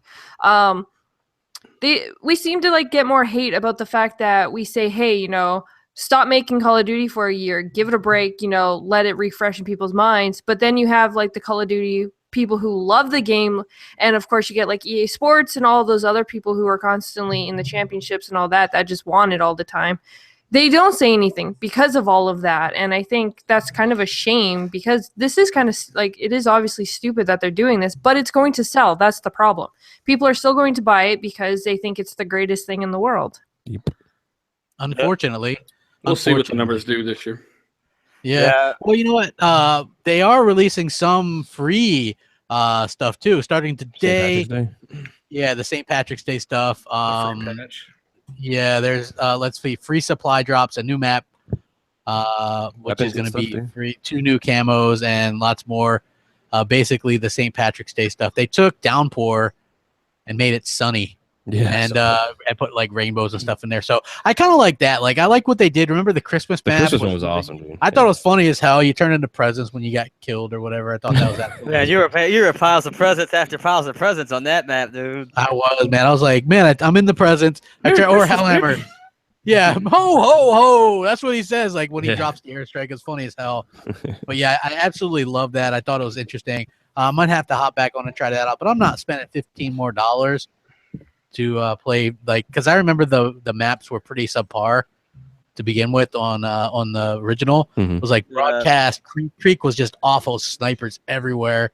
Okay, I know the point I was trying to make. You have bigger YouTubers. Okay. No. Okay, I had to think about that for a minute because I was talking about podcasters. It's not. It's the YouTubers. Like we're smaller YouTubers, so our points don't really get to a wide like range of gamers Well, you don't as much grow as like being objective, She-Wolf. No, obviously not. But you have the higher grade YouTubers who literally have their whole entire channel based only on Call of Duty. So, of course, they reach those wide variety and they're telling people, hey, go buy this. Go buy this. You have to buy this. And, of course, people go buy it then. But that was the point I was trying to get at. Bigger YouTubers don't talk shit about it. They don't say how this is a bad thing because they get all of it for free. Well, They yeah, do. and that, and if like Battlefield 1's having a similar situation where the community is falling off of Battlefield 1 faster than BF4 ever lost its community, right? And you got all these YouTubers that built their channels up around Battlefield, and they're covering Battlefield less and less because Battlefield 1's fucking stale already, right? Even with the DLC, which probably should have been in the fucking game anyway. We can all agree it's kind of light on substance after a while, right? You don't have the customization or the attachments. There's like 9 or 11 maps, right? Which seems decent, but after a while, it's like, no, I've been here several times. It's not exactly life extending like Battlefield 1's countless guns to play around with and stuff, or Battlefield 4's was. So that whole community is like, they're struggling to even find videos to make about Battlefield 1. That's similar relation to Call of Duty. Like if they don't promote a new one, they've got no videos that are going to get used to feed them the money they need, right? So they got to do it anyway. See, I miss the early 360 days because when DLC came out, it was an afterthought. It wasn't already pre-planned. It was something to say to the fans, thank you for buying our game and selling millions of copies. The fact that these guys already have it planned, the fact that the majority of the DLC, especially the first batch, is essentially on the disc or is already pretty much finished by the time the game actually goes gold, is very problematic. And I think that's why we're getting a lot of lackluster DLC that is just lacking, is overpriced, because these guys are just, it's like part of their marketing strategy now. It has to have DLC. You know what I mean? It's baked into the very company. EA made $1.5 billion plus last year in profit off of DLC. Yeah. Exactly. That's huge. I'm That's not saying DLC absolutely is huge. bad for the industry. Like, I'm not saying that it doesn't have its place. It's obviously a great revenue source, especially for companies that may be struggling with like cheap games, for example. Like, it's easy to get a cheap game. Maybe you go into GameStop and you pick up a used copy. It's $15. But the one thing you rarely ever get cheap is DLC, and most of it's digital, which means you got to get it online. So they do tend to make a lot more profit off that. So it's easy to see why it's so popular. I just think, like, again, there's some companies who do it right, who give you a lot of extra stuff and don't charge you for everything. And then there's companies like Activision that constantly do this backwards. EA is starting to become pretty bad. Like, they were good for a while. I mean, remember when they did the whole what was it EA had for a while there, that stupid pass or whatever? Access pass. One line pass. Yeah, and Online they finally got pass, rid of that, thank God. They weren't just them. Sony did that. Nobody even cares. Nobody even remembers that Sony had that. No, actually, But Sony, I can't connect to your online to enter the online passcode. Yeah, Crapgamer actually raises a good point there, though, right? Like I said, they're on the same time. Like everybody's giving EA heat. They're like EA. They're anti-consumer. The Fuck worst EA. company in America. Blah, because blah, they blah. don't Yeah. because they're charging people to play online to get to buy the new copies or pay for the online pass. And then Sony's doing the same thing, and everybody's just like, meh. Well, I mean, I get where they're not- coming from, right? I mean, fuck, Yeah. 70% of their revenue was used games, right? Like, that's massive. And if you're buying nothing but used copies, the publishers and developers don't see that. So they're like, fuck it, you're going to give us $10 to play the game online then, since you bought it used, right? Which sucks. I'm not saying it's great, but, you know, that's where that came from, you know? Yeah, I mean, my honest thing is that if they want to really cut into that used game sales, they have to start making the prices of the digital games start to drop as well, right? Like, I mean, you can go find some games that are still $60 at the store, but even new at like a Walmart or something like that, they're $30. Well, I mean, digital's never been better on consoles, right? Sales. Oh, no. The number one problem with DLC is not Close knowing your if ears, that- noob. not knowing if that shit was done before the game even came out, right? Like Destiny shipped with DLC on the disc they found. Oh, yeah. You know, that's a problem. Mass Effect 3, day one DLC with that fucking asshole alien race, right? I don't remember what race it was, but, you know, that's stupid. Like, you don't know if this stuff is done. Mortal Kombat X did it. really badly with DLC that was pretty much already done. They chopped it off and sold it to you. It's a thing, man. It fucking sucks. Yeah, like I hate it. Like if you're gonna have DLC, then fucking have it. You know, like start working on the DLC once your game is shipped. Pre-order right? to get Goro. Yeah, like hey, yeah, pre-order, get Goro, or get your fucking the guy that's been in every single game ever for free. Pre-order Horizon Zero Dawn. Get your spear that the dinosaur takes, and then you gotta go chase it down. You know, make sure yours, if you want the blue and white one, you gotta pre-order. Like that's how. Gotta love those fetch quests. I mean, what's going to happen next? We're going to go to the grocery store and get charged $5 just for entering the door. You know what I mean? Like that's pretty much where we are on some of this shit. Yeah. Hold on, Noob. There we go. That's what's up, Noob. That's what's up. Your timing deserves some DLC. Hell yeah. Hey, did you guys notice? And maybe you were happy about this. Microsoft is marketing the Xbox Scorpio already with the whole. The only true 4K console, true 4K. Like to me, and I've already seen an article that says this. When you're touting that, you fucking better make sure your games are coming out 4K. You better. Like you better make sure. Like Microsoft, I'm watching you because you know the fucking media. And you'll hear it from all of us if it's not happening. Oh yeah. Well, Yes, yeah, I mean, look, I'll be the first one to come out and say, since they're saying this, if I, put up in a game or whatever the case may be, and that thing's not running, and it's one that they say is 4K or whatever, and it's running even slightly below that, then I'll be the first one to go out there and speak out against it because I'm not afraid to do that. Don't tell us it's 4K if it's checkerboard or some shit. Which we know, no matter what happens, it's going to be much better and faster than the Pro in every single way. But if it's not 4K, don't say it's 4K. Don't call it a 4K mode. Don't say it was friends with 4K. Don't say anything to do with 4K, right? Because it's not. Not that matters. Give me a 60 frames mode. That's all that matters. But still, it's the point. Yeah. I mean, I'll be honest. I'll take 1080 Ultra 60 all day long. Over. I was playing Gears 4. That game today when I was doing all those tests or whatever. Gears 4 has more graphic settings than any other game I've ever seen in my life, and they're crazy, right? And I was still doing 1440p with all these settings on a card that's gonna be slower than Scorpio. And I'm like, if Scorpio does this shit, it's fucking over. I'll never look at anywhere else for any kind of gaming because I'm a console dude, right? So it's nuts, man. There's so much capability that this thing has to live up to if it is indeed what they're claiming it's going to be.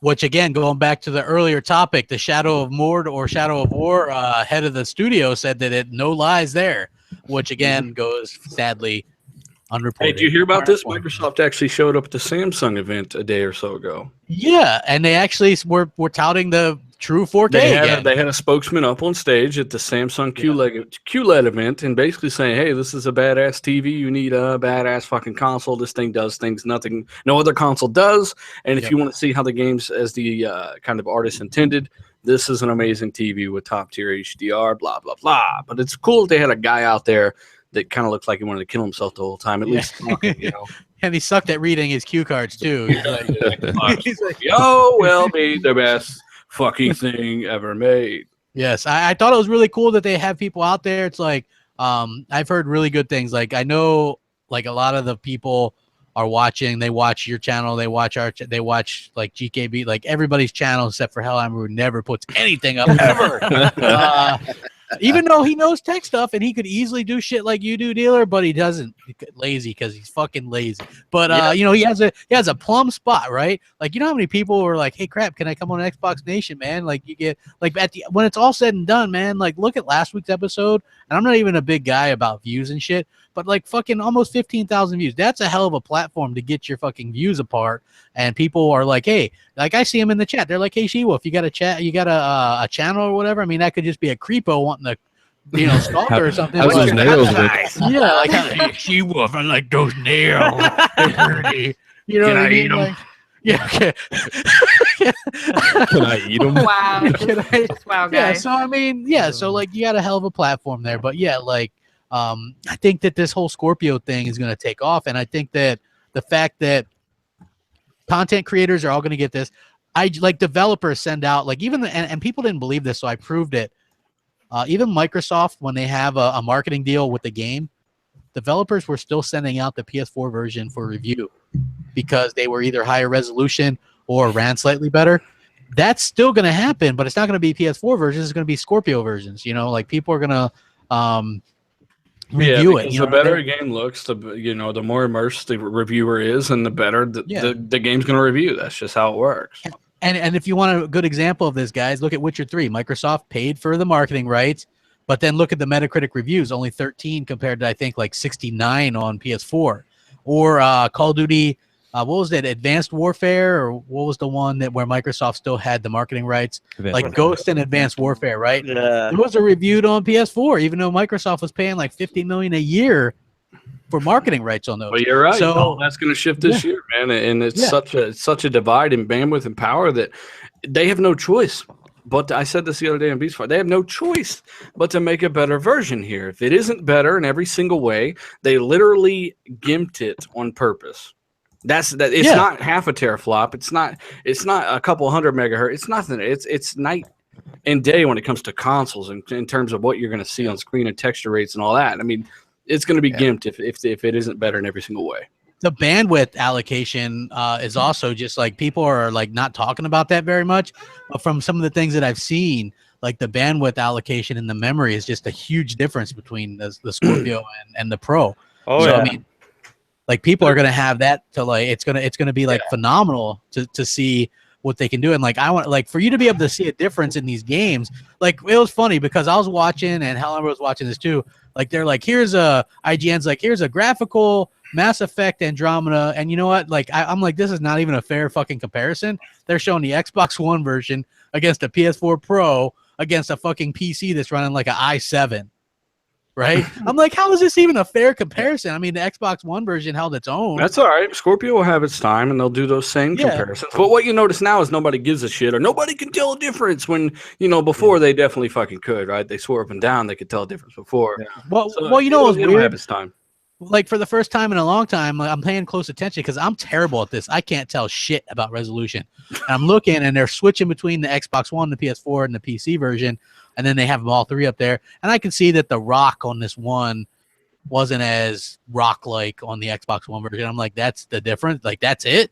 You know what I mean? Like, and that's for me, the Pro version they're comparing it to? Yeah, the Pro version and the PC version, which was like a fucking i7. I could tell the difference better, but to be totally honest, the difference between the Xbox version and the Pro version, not I mean, like the one where it stood out was the PC version, but again, it's still better and smarter to buy it on the fucking Xbox because it will get a Scorpio patch, and you don't want to have to buy two versions of a fucking game. There you go. Exactly. So for me, the only thing that sucks about Andromeda is it's going to get the best version is going to be the Scorpio version, right? That's I'm going to fucking buy the PC version, yeah. Yeah, but if I wanted to spend that type of money or whatever, you know what I mean? Like, I'm just saying, like you're going to get that. Yeah. So. Okay. Well, let me correct myself. With the PC, yes, we know. Yes, there's no ceiling, and everybody's got fucking $20,000 PC. I get it. Even though you don't, you motherfuckers. Hey, those 0.7% of people running a 1080 or a Titan, they're gonna be running that thing great. Yeah, I mean, Mass Effect Andromeda looked pretty damn awesome to me in those video comparisons. No matter what people said, yeah, sure, the others might have been a little shade sharper, but I thought it held its own, man. And for those people out there in layman's terms, let me break it down for you in Star Wars phonetics here. The PlayStation 4 Pro, that's like Jabba the Hutt, kind of sits there and does fucking nothing. The Xbox Scorpio is going to be like the fucking Rancor, bitch. It's going to come out and it's going to roar. Gotcha. He writes all these down, don't he? Yeah.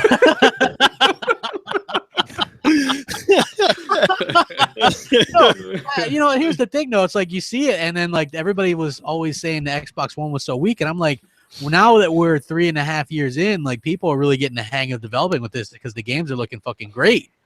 To where I guess if you had them super side by side and we're staring, you might be able to see a difference. But other than that, man, I don't, it's like I'm happy with the Xbox. If you're a console guy, don't even fucking worry about it, right? Because you've never seen PC, you don't know. But that's even better for Scorpio when Scorpio hits anyway. You're just going to be blown away even more. So it's nothing to really think about or worry about. Get your achievements. It's a far better platform to be with.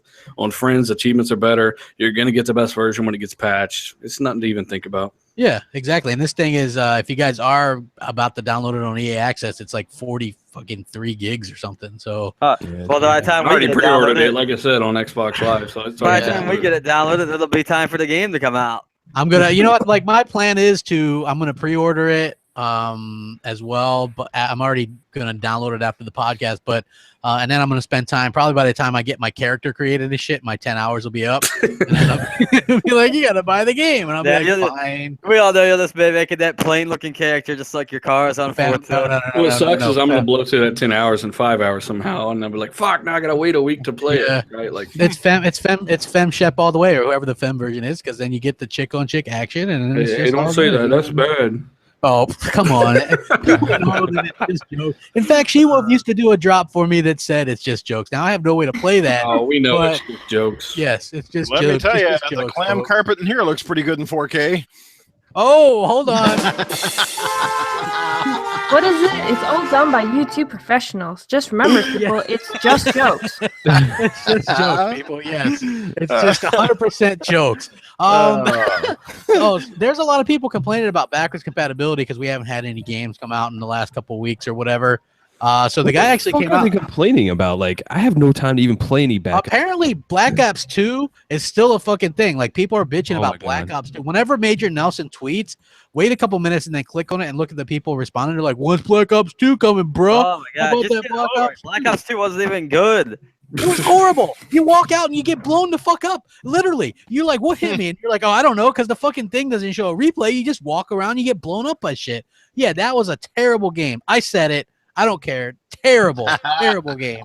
But yeah. So anyway, so the guy, his name's Stillwell, works for Microsoft and basically commented on this and said it's slow right now because the amount of work, like, people think it's like easy, and Microsoft has to go through these licenses, and he's like, some of these are a decade old licenses, and there's agreements, and you have to well, get that's kind of agreements. Microsoft's fault too, because on the E3 stage, they're like, all they have to do is just say yes.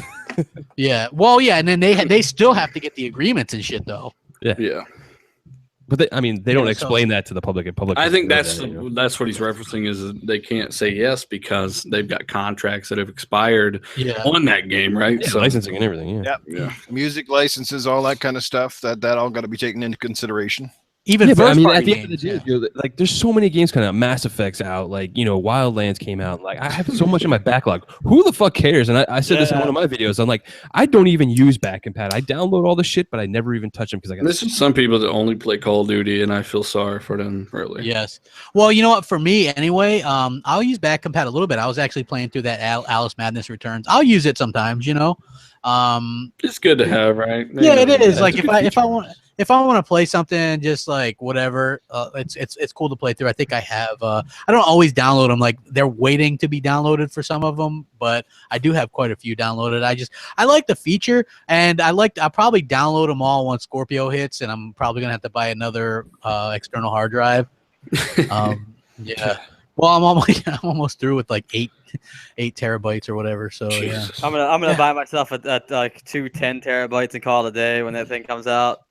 Yeah, I mean, I bought a smaller one for the PS4. It turns out you don't even need it because there's no games. I'm just saying. Yeah. I'm giving you Sony fanboys a double tall boy right now. You can't. Oh my god! By the time the next gen of consoles comes out, somebody's gonna be walking by Crab's house, be like, "Crab, what are you doing? Moving out? Because you got the U-Haul truck." Crab be like, "No, I just moving my hard drives, man." My hard drives, yeah. Hey, the hard drives are easier than the game collection because here's the plus side, right? If you really want to play PS4 games, get up here when PS Now comes up. I think that the client on your PC only takes like 500 megabytes. So, I would like Microsoft to incorporate a transfer all games button. Yeah, for you real. could just do it overnight, and also pause all downloads button. Yeah. Yes. I would like that as well. I think that would be good. It like sucks up your bandwidth, like downloading right now. Well, just like you got to go through each one and pause it, and it's annoying, right? So. Yeah. Well, there was something that came out like shortly before the show, and I actually am kind of excited about this. And Capcom is going to release this Disney Afternoon collection of games. Maybe you guys heard about it. Bro. Yeah, it's going to be a collection of these classic games, including. Wait, can I ask you a quick question before you actually move on to that? You guys were talking about the downloading stuff. Are you talking about like your games actually all download at the same time when you hit multiple ones? Because I was gonna say mine all go in queue, so I only ever have one downloading at one. Yeah, I'm just saying though, like when I've got a bunch of stuff queued up, like when I got an X1S, for instance, right? The stuff I didn't transfer, I had to download again. It'd be nice just to hit a button and pause every download, not have to go pause and then go to the next one, pause, because they all queue up one after another. Right? Oh, okay, okay, I get what you mean. I thought you meant like in general that like all the games were downloading at the same time. I was gonna be like, no, I don't. Mine doesn't do that. That's a pain in the ass. Like at one point, every fucking game decided it wanted to update.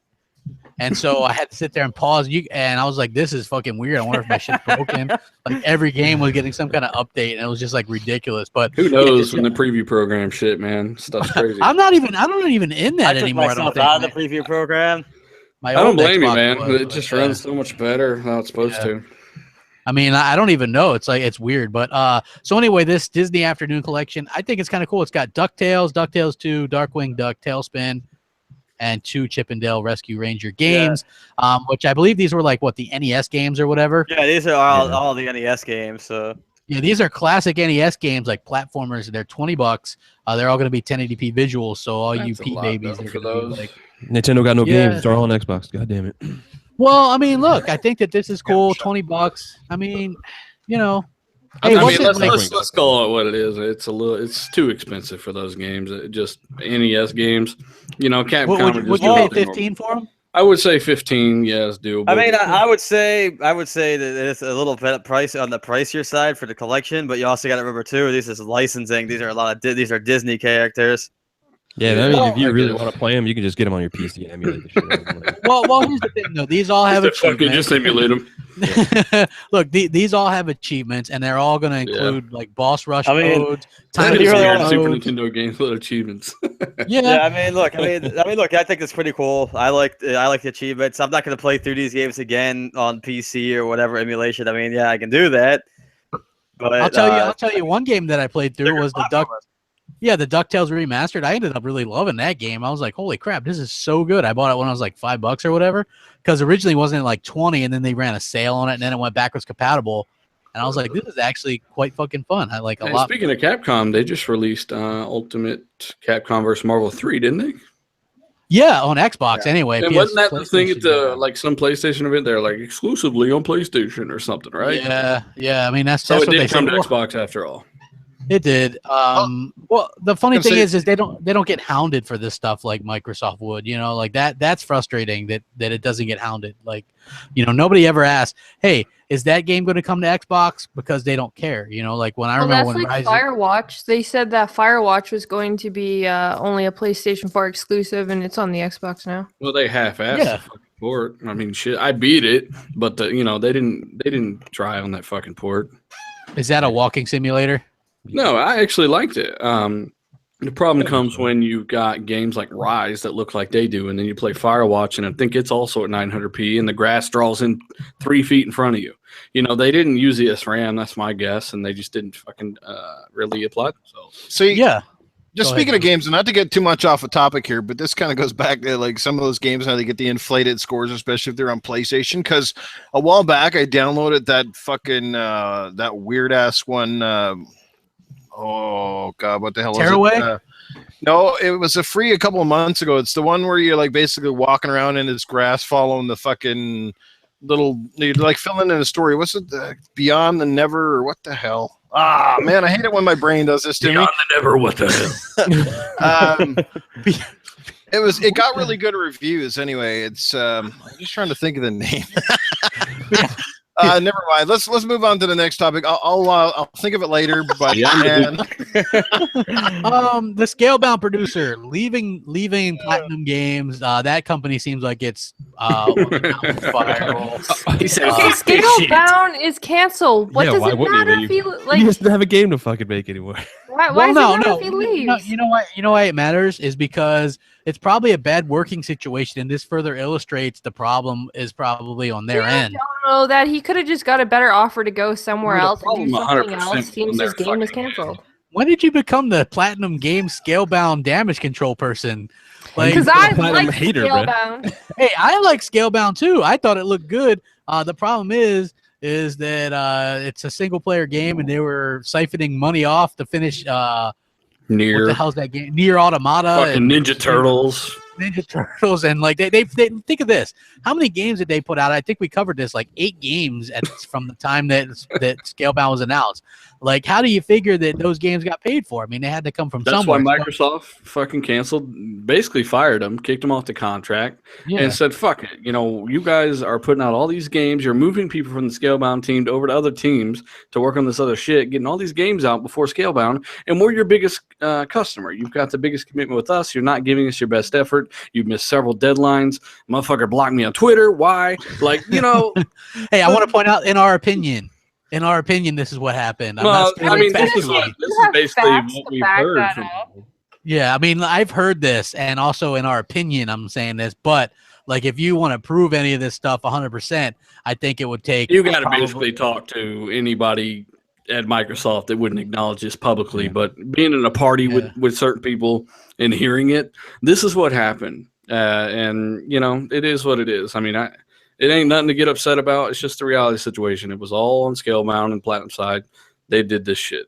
Well, I put a lot of that on Platinum too as well, but you got to give Xbox a little bit of some of that as well, because as I said, they didn't have any oversight, and they should have been over there fucking take care of it. They should have held on to it, funded it for a little longer. This is my thing on the whole thing with games that get canceled and that sort of thing, for like, at least on the Microsoft side, is that you can put some of the blame, you can put blame on the developer side as well, but for instance, just like GKB said, right? Like, we should have had Microsoft should have these motherfuckers. You better fucking.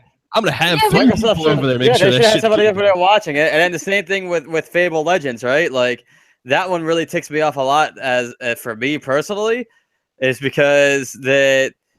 Yeah, you can argue, that Lionhead didn't produce a game for years and years and years, but they were owned by Microsoft, and Microsoft could have very easily put their foot down and been like, "Hey, you're making this game, not this one that has the free-to-play features or blah blah blah."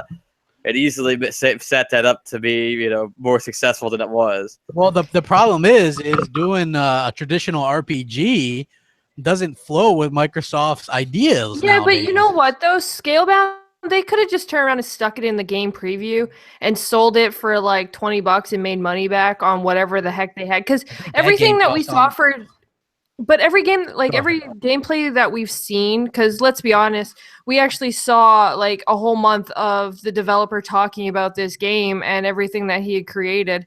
They could have stuck it in the game preview and made money on it, just like We Happy Few and these other games that have been sitting in there for how long now, that literally just constantly sometimes get updates. So they could have done it with that one and made at least some money back on it, and still giving it to the gamers to at least enjoy for a bit of what we got to see. It depends on how far along it was, because apparently, like, again, this is all like just things I've heard or whatever. The game's frame rate was poor.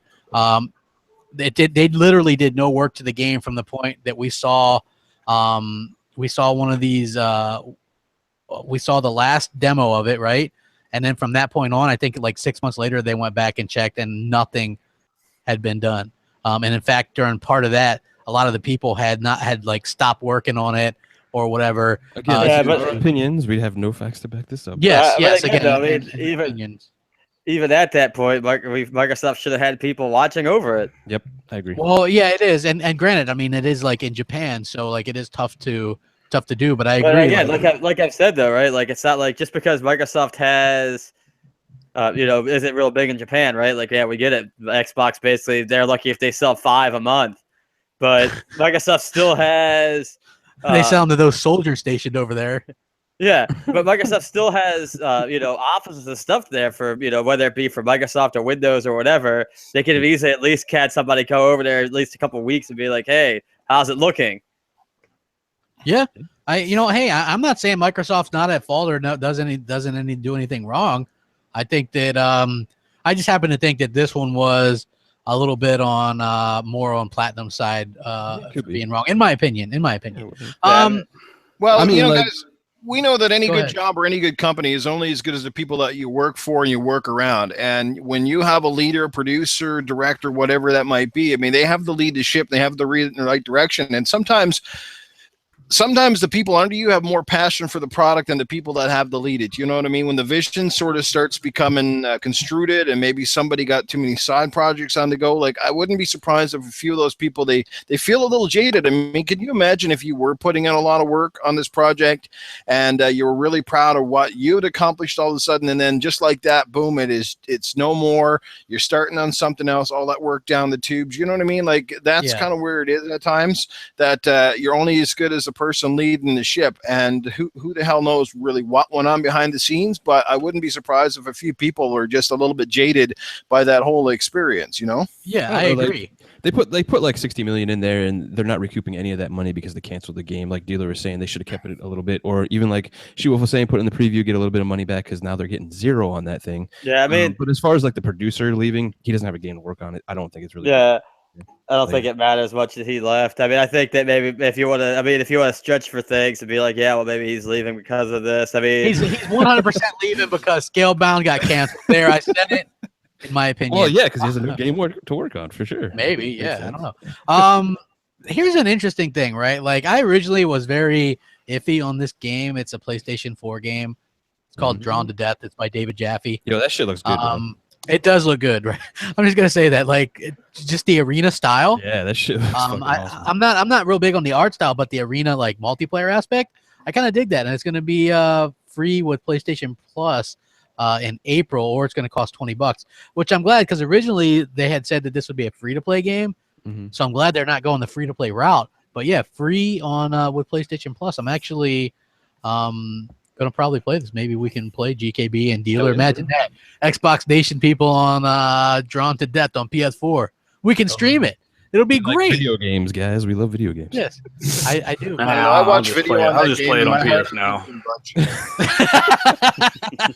Look at Dealer still taking shots. He's like, "Fuck you! I'm not gonna play that shit." I watched the video. I watched the video on that game, and my heart-on meter didn't budge a bit. So I don't know. Okay.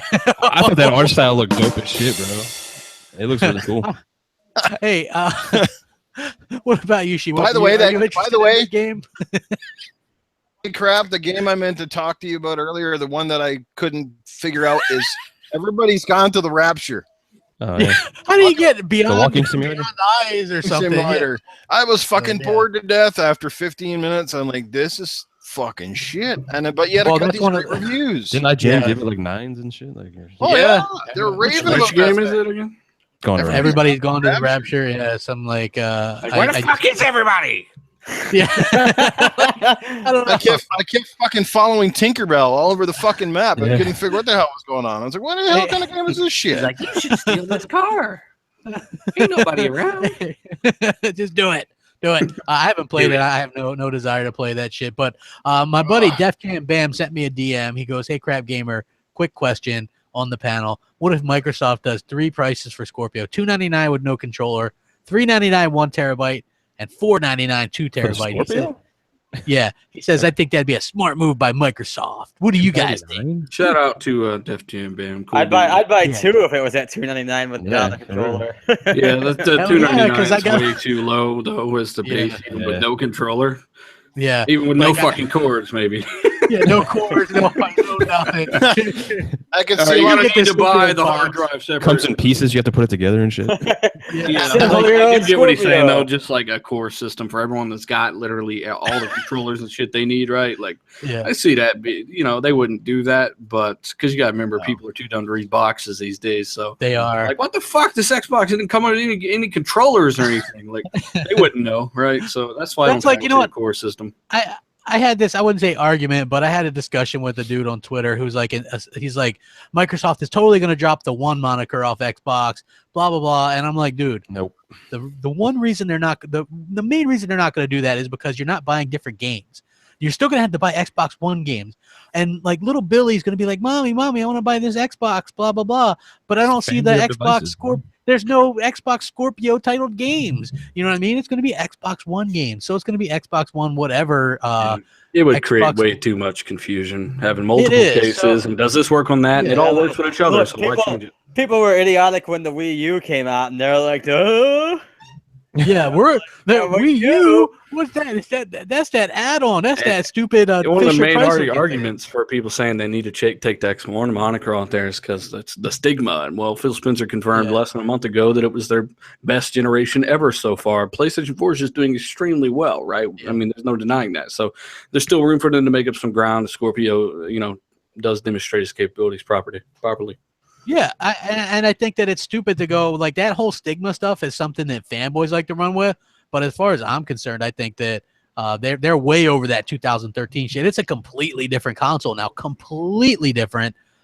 Even the S, like if you have the S, that thing's a phenomenal. Even the original one still, I don't have a problem with the original one, but it's particularly if you have an S, those things are absolutely phenomenal. And they're made by the same team too, the service team. That's just a team that had enough time to do what the fuck they wanted to do. Yeah, and if you guys didn't know, the Xbox One Scorpio or whatever it's going to be called is going to have an internal power supply, so you guys don't got to worry about that. Mm-hmm. It's going to also do like all the 4K stuff like we were talking about earlier, and Microsoft's going all in on the 4K stuff. So that's going to be the big difference between the Scorpio and the other and PS4 Pro or whatever. Like the Scorpio is going to definitely like shit all over the Pro. It's like taking a Cleveland steamer right all over it. It's just going to be gross. It's not going to be pretty, folks. Trust me when I say that. I like to Noof laughed. There you go. That's what's up. Up high, Noof. Yeah, that's what I'm talking about. He knows what's up. The Xbox brand turned 15 in Europe. Microsoft didn't say shit, just like when it turned 15 in people will hate. They did tweet it out like happy 15 years, yeah, or whatever, right? But it's like, don't you guys expect a little bit more? I think when Sony hit 15 or 20, maybe it was 20. They held like big events. They held like big events and shit. I mean, no, 15 seems big when you got the whole fucking world against you. Dude, they got the fucking their noses are grindstones, bro. They're working on Scorpio and getting all this shit ready, man. They don't really care about right now. I have heard that. I heard they're working on something that's going to be industry changing, blah, blah, blah. That's all sounds great. Really, blah, blah, revolutionary, blah, blah, blah. Never been done before. 15's a weird number.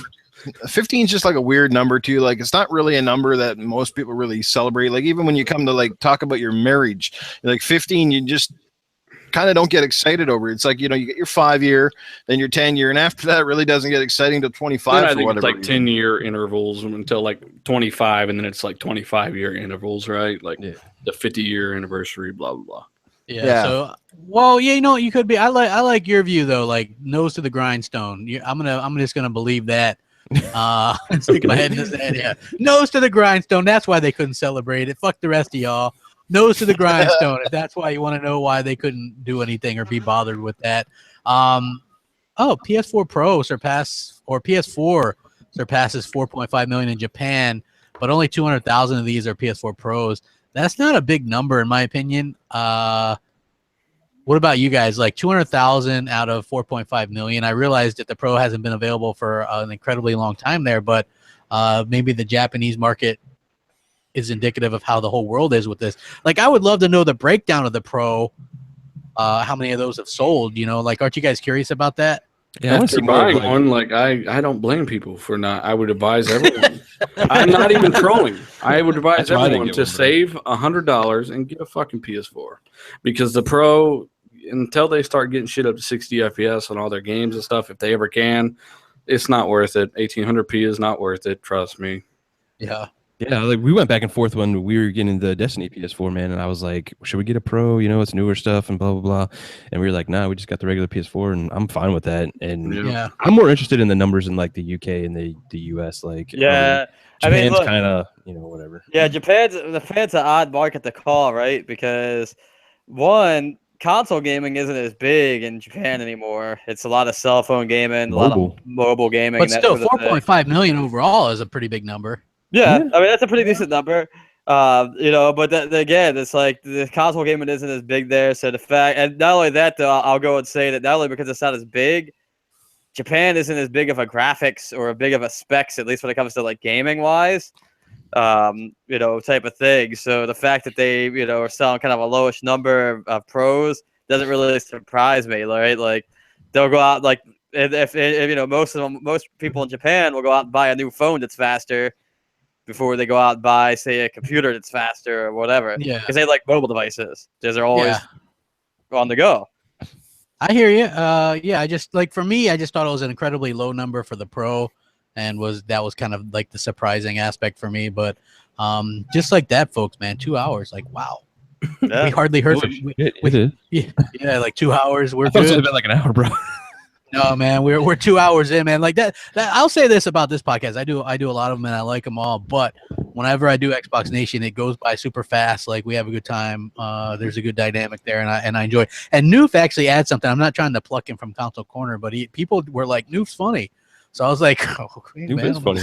Yeah, he's a funny guy. I know She-Wolf loves Noof's jokes, don't you, She-Wolf? Ha ha ha. Bam just sent me a meme about these these Sony guys and how they're just damage controlling and tearing up now. They're a little less rabid, I've noticed here lately. They're hiding, bro. They are. They're a little bit. That's because Scorpio aren't exclusives anymore, according to my own logic. My own logic, yes. And let me go back to my fetch quest and get my spear. Like Def Jam Bam is a great dude. Like if you ever game with him, I got a bum leg and my spear. They took my spear. That dinosaur. I don't know my spear. Yeah. So Def Jam Bam, he's a good guy. Like I game with him, and he has that sound bar. It's fucking loud. It's crazy. That's what he's known for, man. That damn sound bar. Like why do you think he's deaf? I know, man. He's Def Jam Bam, but he is awesome. He's one of those dudes that I met, like, because he's like a fan, and he would join like game night, and like, yeah, just from then, he just like turns out to be a really cool dude. So I'm very appreciative that I've met some super cool people through this whole YouTube thing. Yeah, there's some assholes, but for the most part, man, everybody's good people. GKB, what do you got going on this week, bro? Oh, damn, we're already on outros. Cool. Yeah. Working on videos. Dude, I got a shit ton of stuff to do, actually, man. Like, going back to what we were talking about before, like the reviews and all that kind of stuff. And, like, you know, when we would ask for, like, review codes and stuff, like, people would send, like, they would be like, oh, well, take the PS4. And I'd be like, nah, I'm good. I want the Xbox. And that, like, dude, now they're just fucking throwing them at me. I'm like, yeah, anything Xbox? And they're like, here, take it out. Take it. So, yeah, take it. And I think that's, like, part of the whole, like, Scorpio and the industry changing and all that kind of stuff. So that's really cool. So, yeah, it's happening. It's going to work, bro. So, yeah. This is a bit of advice for the Xbox fans, because a lot of them are super pessimistic. And I get that because we've been shit on for years now. Yeah. Be a little bit positive. There's really, really good things coming. There really is. You know what I mean? And you guys are going to be... Bro, they don't believe it because they're listening to all these morons that tell you can't do 4K on the hardware and stuff. It's not the case, man. It's not good. They were talking, but because of a white paper that tried to discredit and say Jaguar CPU, which makes all the no white paper did sense. was confirm that developers have the option to do checkerboarding. You know, for any reason, maybe they can't hit 4K on the sequel to Shadow of War, for instance, in 2 or 3 years because it's too demanding. It just looks too good to do native 4K at a great frame rate.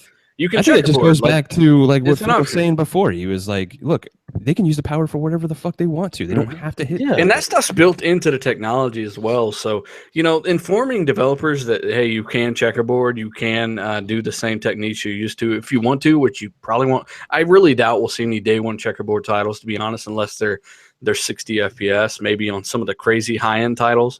But I don't think Forza Motorsport will need it at all at 60, 4K, anything like that. You know, I just think it'll be a thing you'll see in time more than initially.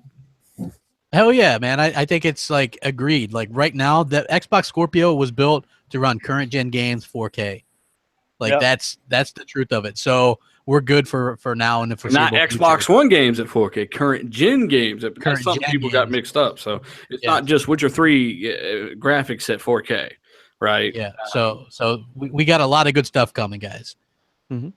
Be good, man. Like the tide's changing. Like finally, guys, cheer up, fuckers. Hit that like button. Hit that like button because we're closing out. Hit that like button. Let's get up there. She-Wolf, what do you got going on? Tomorrow I'm live streaming Mass Effect Andromeda, and then Friday I'm doing Conan. Yeah, that one should be funny. That dick slider, though. Oh my God. Yeah. I'm going to hear all about that. I know it. But yeah, so I got 2 live streams coming up. You can find them on Gamers Knows Best YouTube channel and Beam. I'll have it on both. And of course, as always, you can find me on Twitter and Xbox Live at XSheWolfX with a U, not an O. You can always tell when She-Wolf is busy doing videos because she doesn't tweet all day. like nothing, like nothing. It's like straight nothing up there. Yeah, you're just like, yeah, like that happens to GKB too. I know he's doing something like DM'd him something the other day. Fucker didn't respond. I didn't fucking see it, bro. I'm like, what the fuck? I saw it though. You And then she was like, "Yo, Crap's crying. You didn't talk to him." I'm like, "God damn it!" No, I was just like, what's up? I with did that? not say you were crying. She did. I was Totally. crying. Come on. Yeah. And we got Hellhammer. What the hell do you got going on? Not much. I'll be back on here next week. Otherwise, I can be found on Twitter at XXLHammer or Xbox Live XXLHammer. You can find him on YouTube too. Hell yeah. Oh, and your Yeah. YouTube channel. What's going on with that, bro? Nothing yet. There we go. But it does. Scorpio. Nothing's going on. Dealer, what do you got going on? Man, not much. Follow me on Twitter at dealer_gaming. I Dealer space I on Xbox Live, and of course YouTube, Dealer Gaming on YouTube. Very interesting. Like I said, covered the whole Shader Model 6 pretty in depth, and also did a full benchmark of all these Xbox console exclusives running at 4K with around 6 teraflops. Great results. Check that video out. Hell yeah. And just as we cross over 400 likes, man, I appreciate it, guys. Nukem, sir, what do you got going on?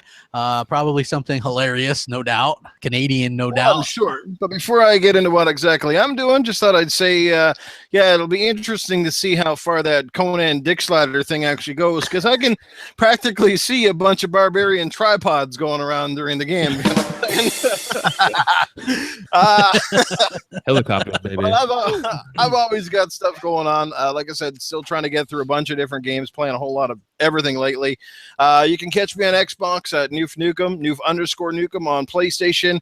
I'm a part of the regular member on the Console Corner podcast. Don't forget to check that out on Tuesday nights. It's always a lot of fun. And I wanted to thank you guys again for having me on the Xbox Nation podcast. It's always been fun. The couple of hours, they really do just fly on by here. And, Crap, I appreciate what you said earlier, like about bringing me on and stuff, and I bring a different dimension. I don't like to think that I do, only because a lot of podcasts have very smart, intelligent people who know their video games inside and out, which is great. And I think my knowledge is up there, but I just try to bring something a little bit different, just a little bit of Bring a dose of balls to to every podcast. A dose of balls. Dropping the You ball. got the dick joke and the ball jokes, man. That's what we want to hear, man. And the hooker jokes. Yes. And the hooker jokes. I've always got some jokes. We need somewhere. more STD jokes from you, though. We do need And to, your- and we your do friend need to talk Cletus. about that. We need more STD jokes from you. Yes. All right. Well, And your buddy Cletus, shout out to him. shout out to Shout out. Cletus. You never know. Maybe by popular demand, he'll make a return. But here's one guy some people have been asking for. Hey guys, how you doing? This Arnold Schwarzenegger here. Make sure that you check out and enjoy the Xbox Nation podcast. It has amazing gamers. They're awesome. They're always kicking ass, and they fucking will give it to you every time. Let's do it. Let's get on the chopper. Have a great night. Tell us about your secret maid baby. Oh my god, you know what? Oh my god, that's from Family Guy, right? We were watching Family Guy yesterday, and Arnold Schwarzenegger was actually on. He was like sleeping with maids or something. He like had to sleep with like housemaids. Yeah, like you got And I'm like, get a secret like- baby with a maid. I was like, oh my god, I could actually picture Noof saying that. You've got it made when you're sleeping with the maid. That's how you do it. She does that shit perfect. I know he does, man. Anyway, I appreciate it, you guys. Make sure you guys subscribe to all these people's channels and check them out. Like that like button. Yeah, that makes sense. And we'll catch you guys next week, man. Like It's that like button. You like that? Yes, but I like it. it's never it's never Yeah. goodbye. It's just until next time. Be good to each other. Rack 'em up. Woo! Yeah.